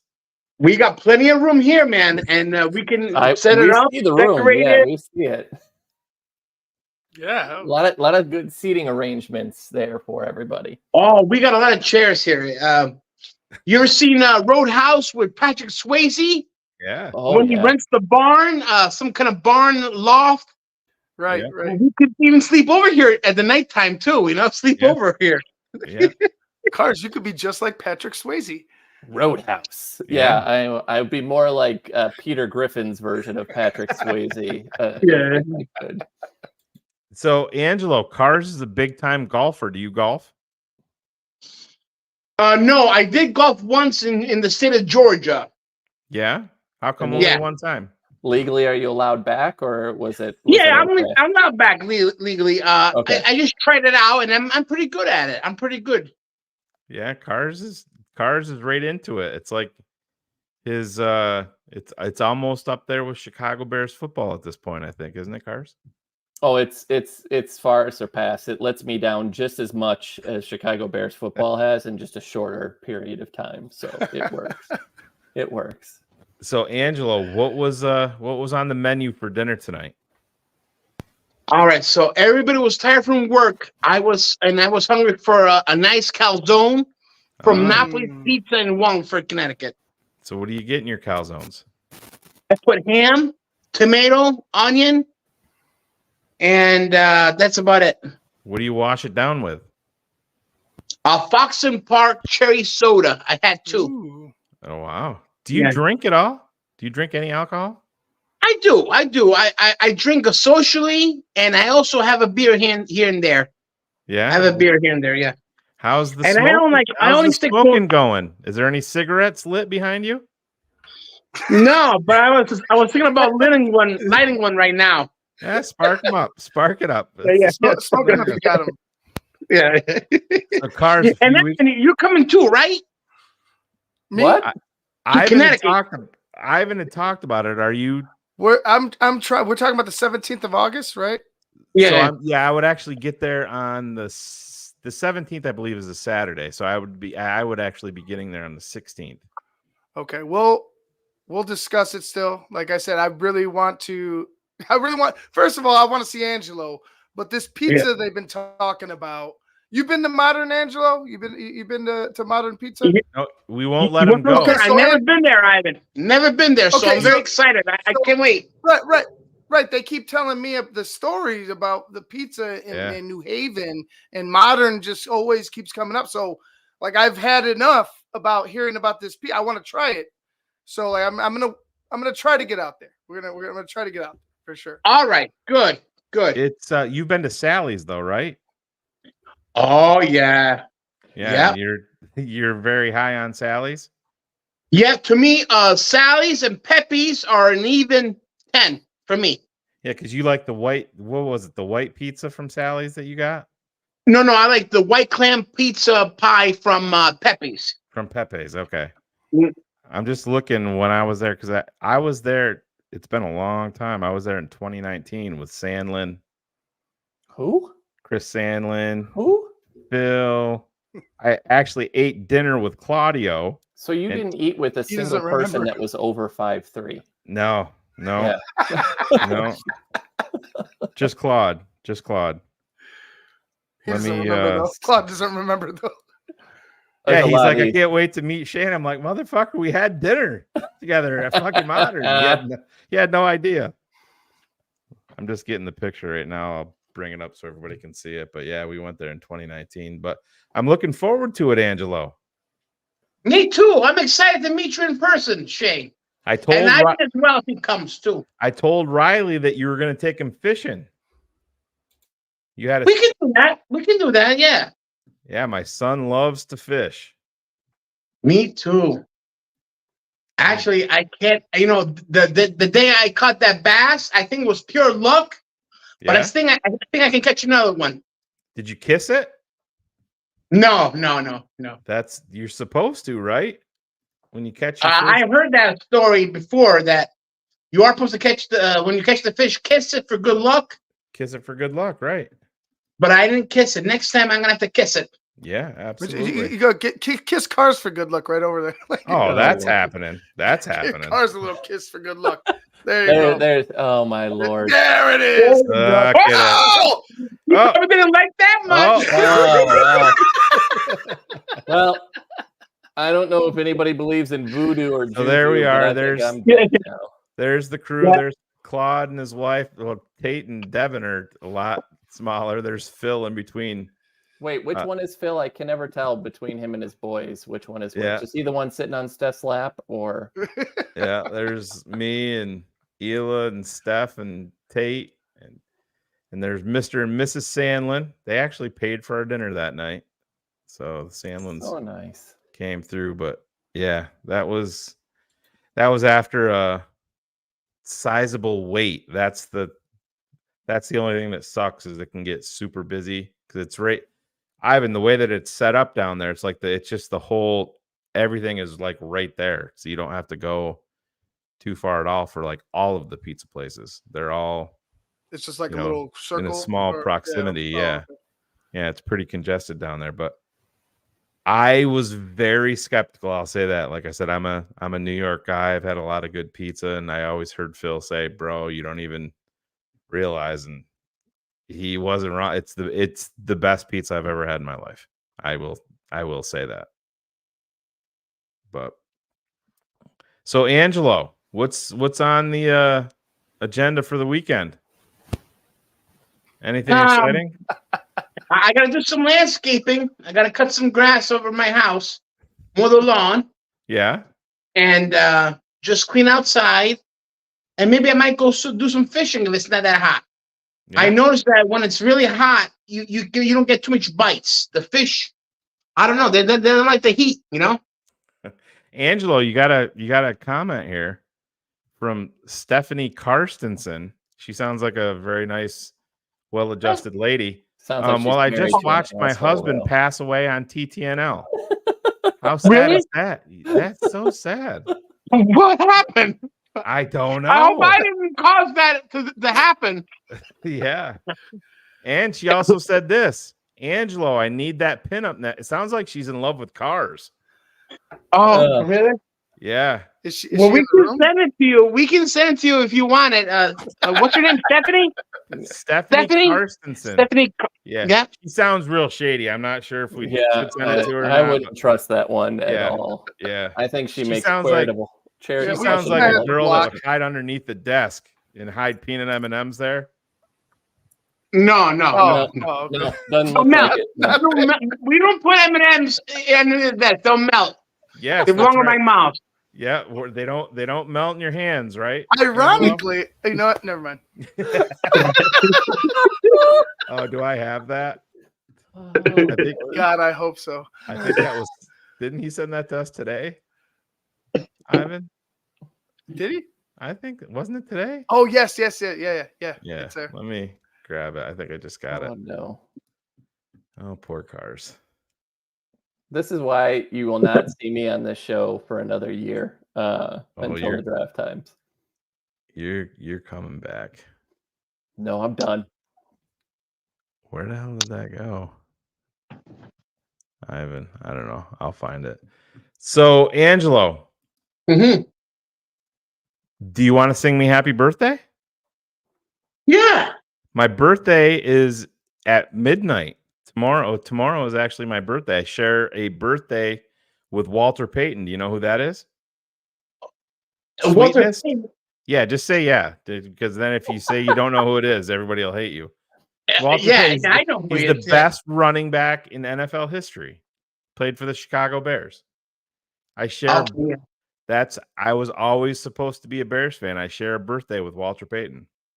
Wow. That's Yeah, phenomenal, Shay. Can you sing happy birthday in Italian?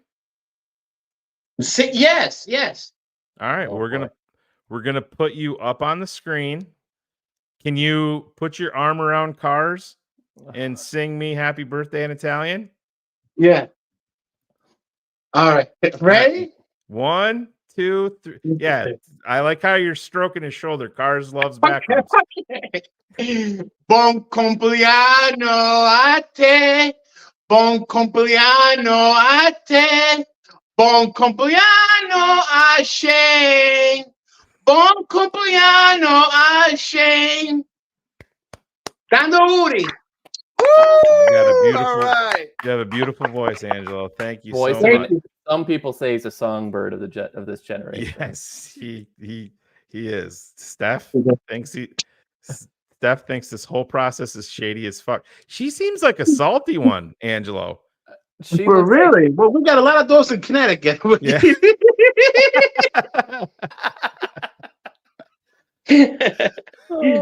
Oh man, this is great. So, Angelo, what do you think? You think Phil? Did he tell you where he was going on vacation? To the Cape Cod. Yeah. Wow. Yep. You should have tried to. Every time I hear the word Cape, the Cape Cod reminds me of the movie Splash with Tom Hanks. Yeah. When he gets the mermaid. Yeah. I thought you were going to say Cape Fear, but never mind. Yeah, me too. No. That's where I'm living right now, to be honest. So, Angelo, how's the? Do we have any probables, or are we talking to any lovely ladies? No, not right now. I'm gonna take it nice and easy. Eventually I will find someone. I know it. That's right. Every night I think of it. I don't know when it's gonna happen. Who she's gonna be? Yeah. It's definitely gonna be a woman, though. You know, Yeah. I like women. Yeah. That helps. You know? Yeah. It makes sense when you like. I love my Cars cutout. He keeps me company in the barn. You know. Yeah. So the things Joey. So, if you could describe your dream woman, can you describe her? Well, I know one thing that she's gonna need. Yeah. I love all. Cars' face. Cars face. A woman with a goatee, just like Cars. Okay, no, what would be your dream woman if you could describe her, Angelo? That you'd be My like, wow. dream woman would be Yeah. A woman with a Penelope Cruz attitude. I thought you were going to say a pulse, but anyways, go ahead. No. With Penelope Cruz attitude, you know, that wild Spanish vibe. Yeah. but the looks of the actress Kate Beckinsale. Do you She was in follow the her movie, on Instagram? She's a fun follow on Instagram. So Kate you want a spicy Brit, huh? That's what you want? No. I love the looks of Kate Beckinsale. Kate Beckinsale? Right. She's British. Do you follow? Yeah, she's British. Do you But I follow like her on a nice- Instagram, a nice Angelo? accent. Huh? Do you follow Kate Beckinsale on Instagram? No, I follow her on Facebook. You should follow her on Instagram. She's very active there, and you would love it. Yeah. Yeah, Okay. that might replace the car's cardboard cutout very, very soon if you follow her on there. But yeah. Yeah, I think she's very beautiful. She's got beautiful looks. Yeah, she's nice, beautiful. She's in her 50s. She's in her 50s. She looks very good. It doesn't matter. These beautiful women, they age like fine wine. Yeah. That's right, Claudio. Get you a cougar. Yeah. Yeah. Claudio. Not Claudio. Angelo. I don't know. I was looking. I'm like, is Claude in the? I don't know why. I don't know. I think I was looking at because I was looking through the thing and I thought I saw he's saying weed every day. Claudio is the cougar right now because he's antiquing. Because he's antiquing, so he basically is one at this point. Oh my God. There's one in there. Nick, why are we mean? Put it in there. Please explain to me. What are we? How are we? I don't know. Angelo, I like your Chicago Bulls hat. Do you just like the hat, or are you a kind of a closet Chicago Bulls fan?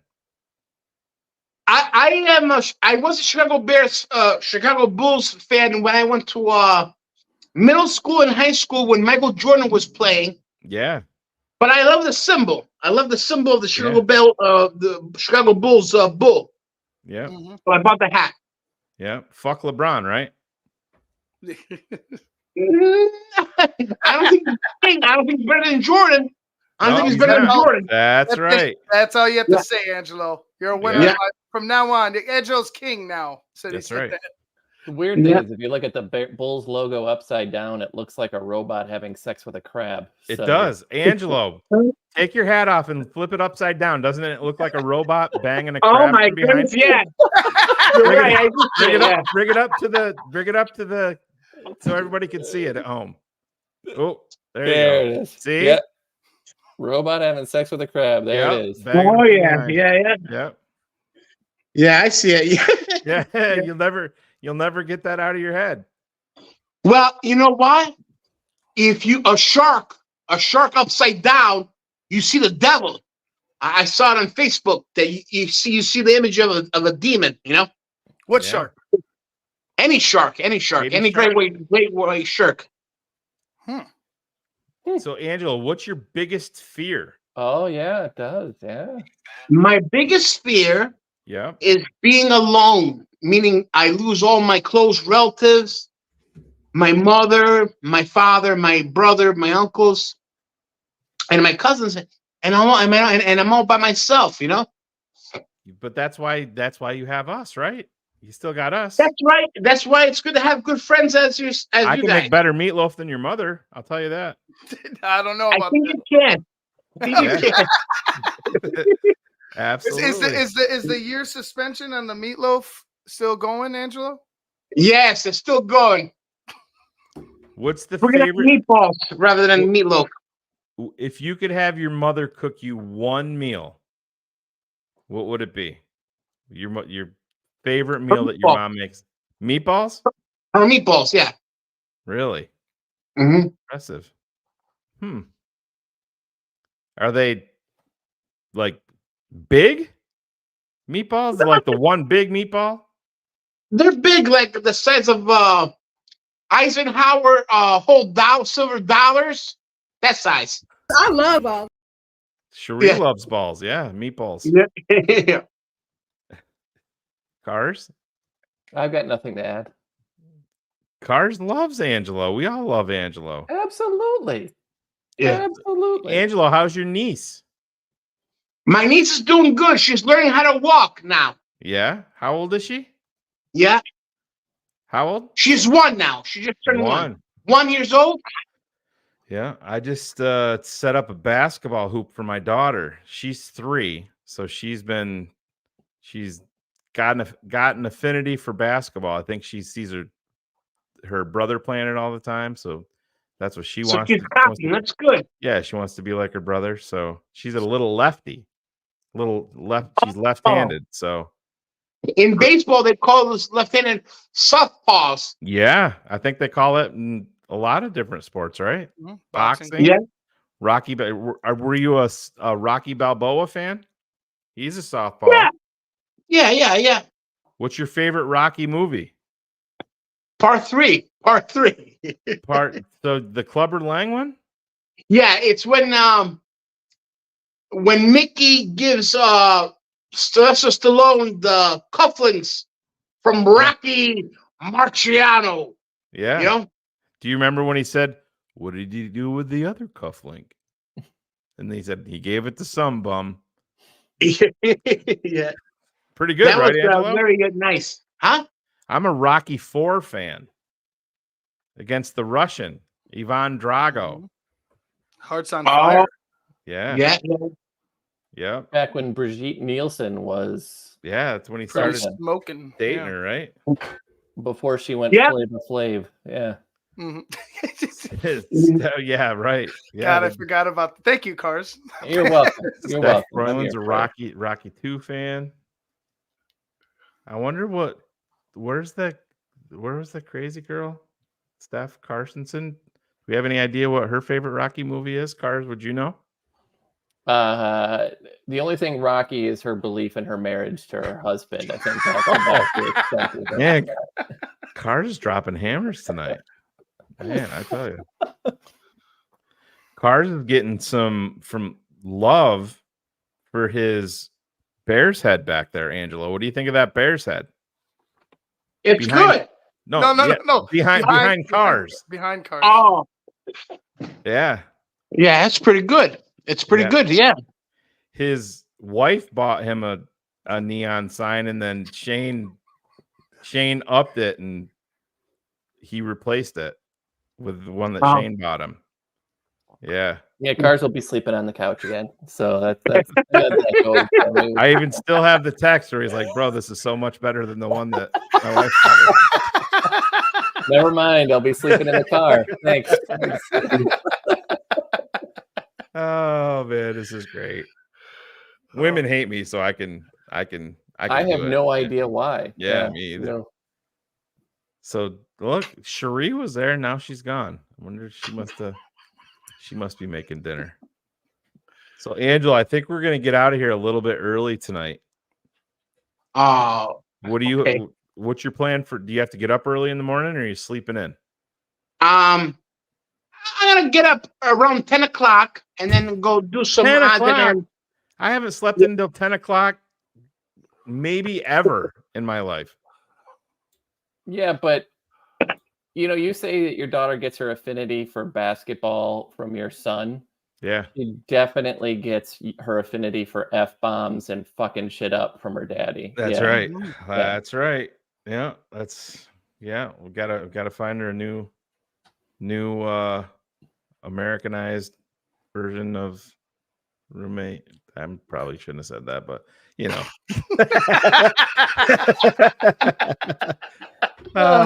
Angelo, yeah. When I go down to Wallingford to see Angelo, we're gonna go out on the town a little bit. We're gonna We're gonna talk to some Connecticut ladies down there, aren't we, Angelo? Yes, we are. Yes, we are.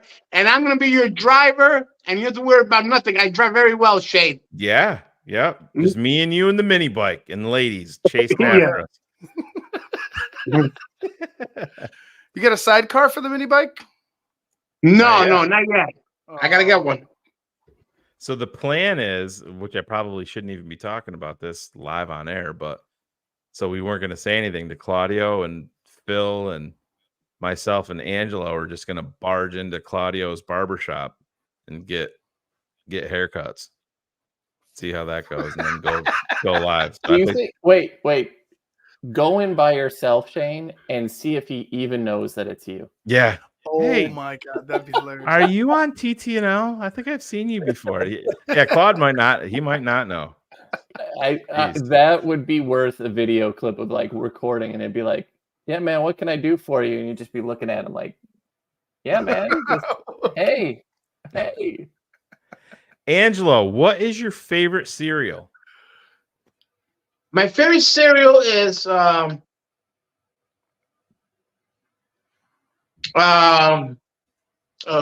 Oats. Quaker. I would have never guessed that. No, I'm sorry. That's one of my favorite cereals. But I like the most. I like is Life. Life. Mikey. He likes it. That one there. I like. Yeah, Mikey will eat anything, right? Yeah. That one. Mm-hmm. Cars. What's your favorite cereal? You seem like a cereal guy. Are you? Oh, I love cereal. Yeah. What's your favorite cereal? Honeycomb. Ivan? Smacks. Oh, the one with the frog? Yeah. They look like little vaginas, right? Oh, yeah. Mm-hmm. Yeah. Well, I mean, I don't have that ass man hat for nothing, Shane. That's right. That's a bit. Somebody was commenting that in the comments last night. I'm so glad this is a football show. This is fantastic.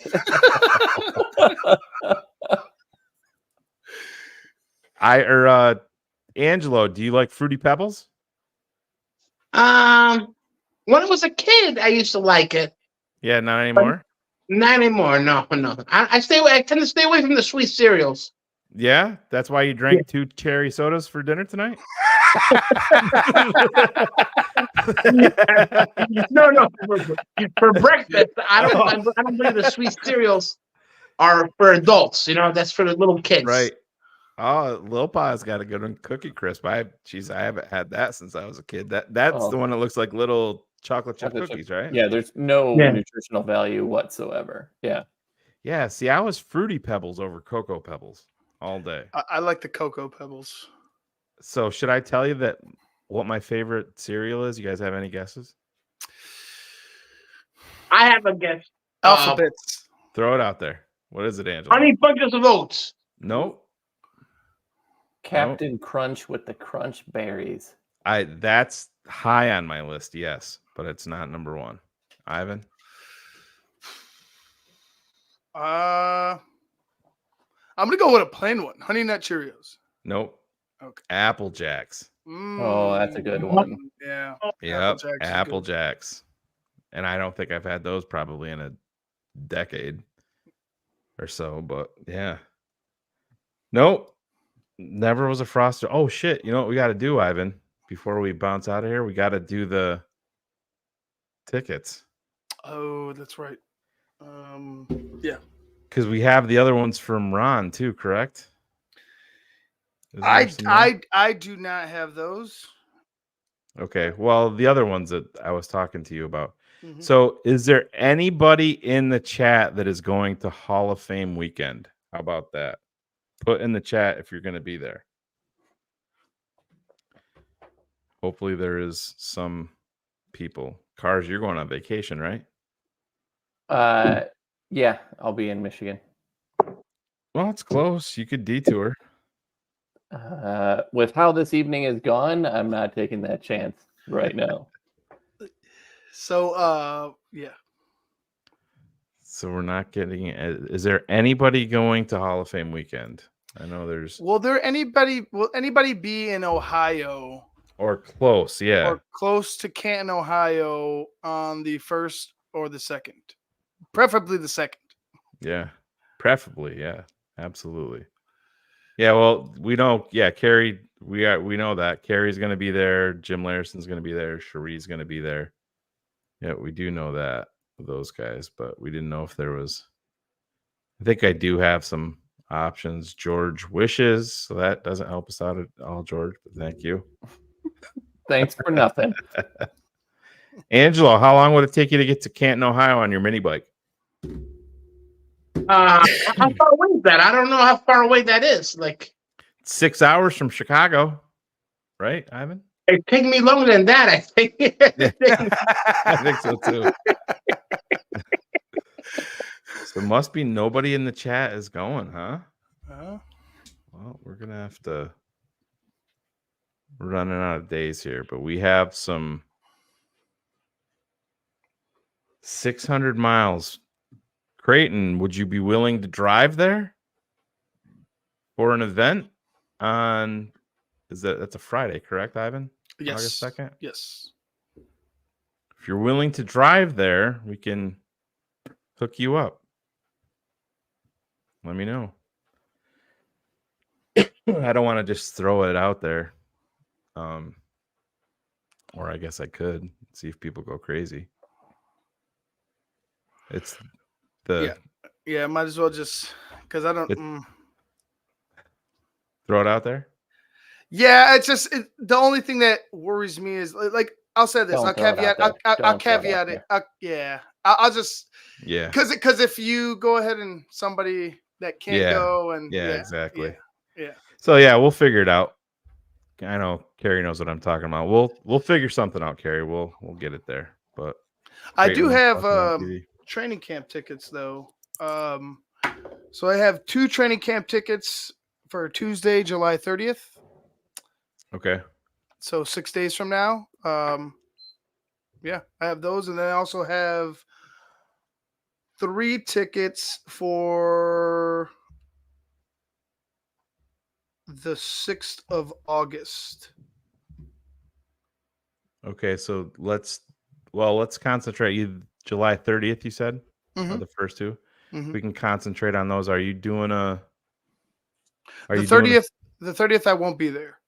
Right. No. I was gonna say, are you doing a show that anymore this week? Yeah, I'll be doing one on Friday after after I go check it out and everything. Right. So let's concentrate on the ones for the 30th tonight then, since we're running out of days. If there's anybody, so Frank, are you talking about camp, or are you talking about Canton, Ohio to the Hall of Fame weekend? He's talking about Canton, Ohio. He said, I think I'll drive there, but I'll be going out from New York. All right. Just put it in the chat if that's what you're 100% talking about, because we can. I don't know if I have Frank. I might. Yeah, Hall of Fame. Frank, hit me up on Twitter at Wazram and see if we can figure something out for you real quick for that weekend to make that weekend even better for you.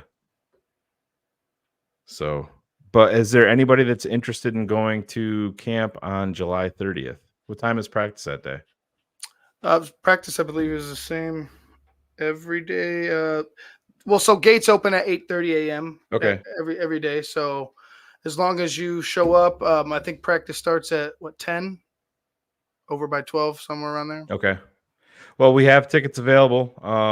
Hit Ivan or I up on Twitter. You can see it right there at Wazram, at IvanV_TTNL. So there's one right there. El Sancho, hit me or Ivan up on Twitter. Probably be quicker if you hit Ivan up, just because he's actually got the tickets. He can send them to you. You said you had 2? I have 2 for the 30th. Yep. Okay.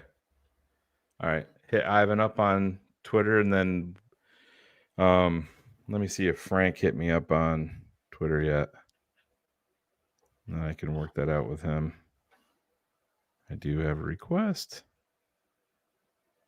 Nope. Porn bot. Enough of those.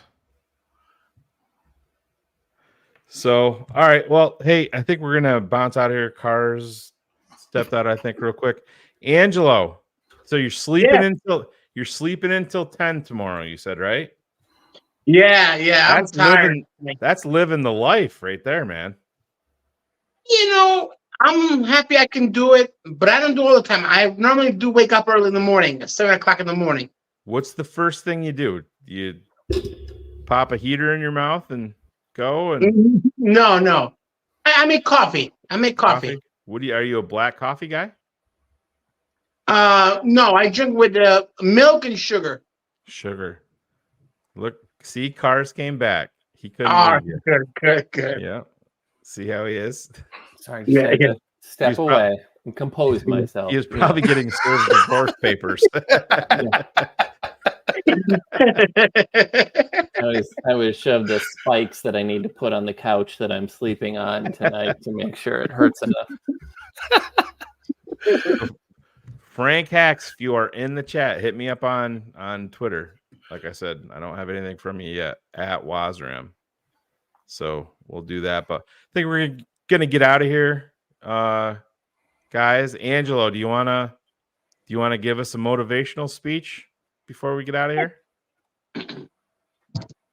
You want to keep your? I'm glad that he's standing up now. No, wait, listen. Do you have the? Where are the suspenders right now? Always right here. Oh yeah. All right. Take the shirt off for the motivational speech. Yeah. There we go. Now we're cooking. All right. Let's go. Let me play some music. Let me play some music for you. We'll play Cherie's music. Can we hear it? Oh, we gotta turn it up a little bit.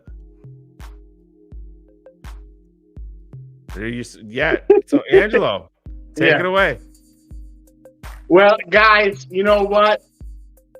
In this life, we are getting older, but wiser. We go through experiences and we learn. We go through our highs and lows. But as long as we're surrounded by family and good, great friends, we are always going to be going places.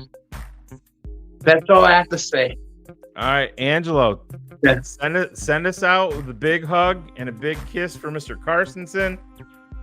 All right. We're gonna wrap it up here. I want to give you a nice hug and good night tonight. All right, buddy. He felt it. He felt it. I did. I'm feeling something. That's for sure. Yeah. It's great. So this is gonna be Car's reaction, Angelo, after we get off air. Right here is what it's gonna be like.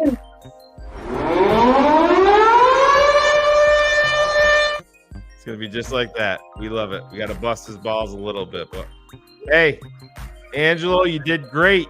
Hey, when are you gonna grow the goatee back? No, I'm done. I'm done with facial hair. I want it nice and clean. Right. And I want to shed some weight. That's it.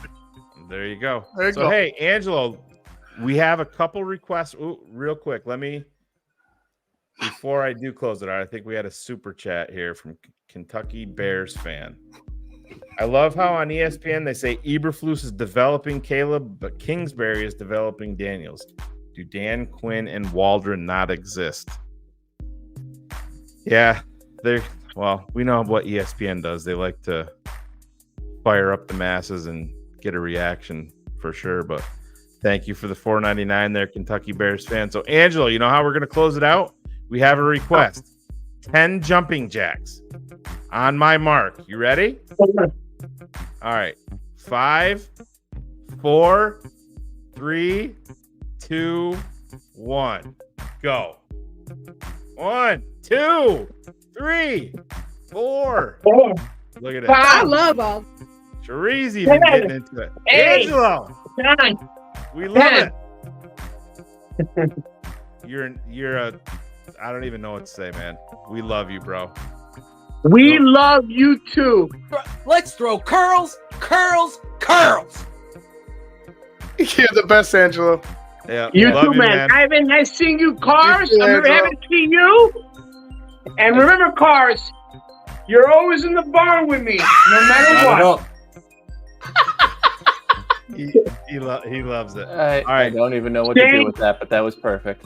All right, Angelo, we love you. I'm looking for it. Let's close it out the Larison way. This will put a smile on Carr's face right here. Watch this. Oh my God, Greg, droning on and on. Shut the fuck up, dude.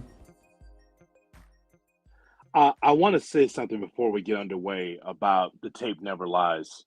Okay, so I know that there's a billion podcasts and a lot of people talking about NFL and talking about the Bears. But let me just say that you really, if you are a viewer of Tape Never Lies, don't go anywhere else. Come right here.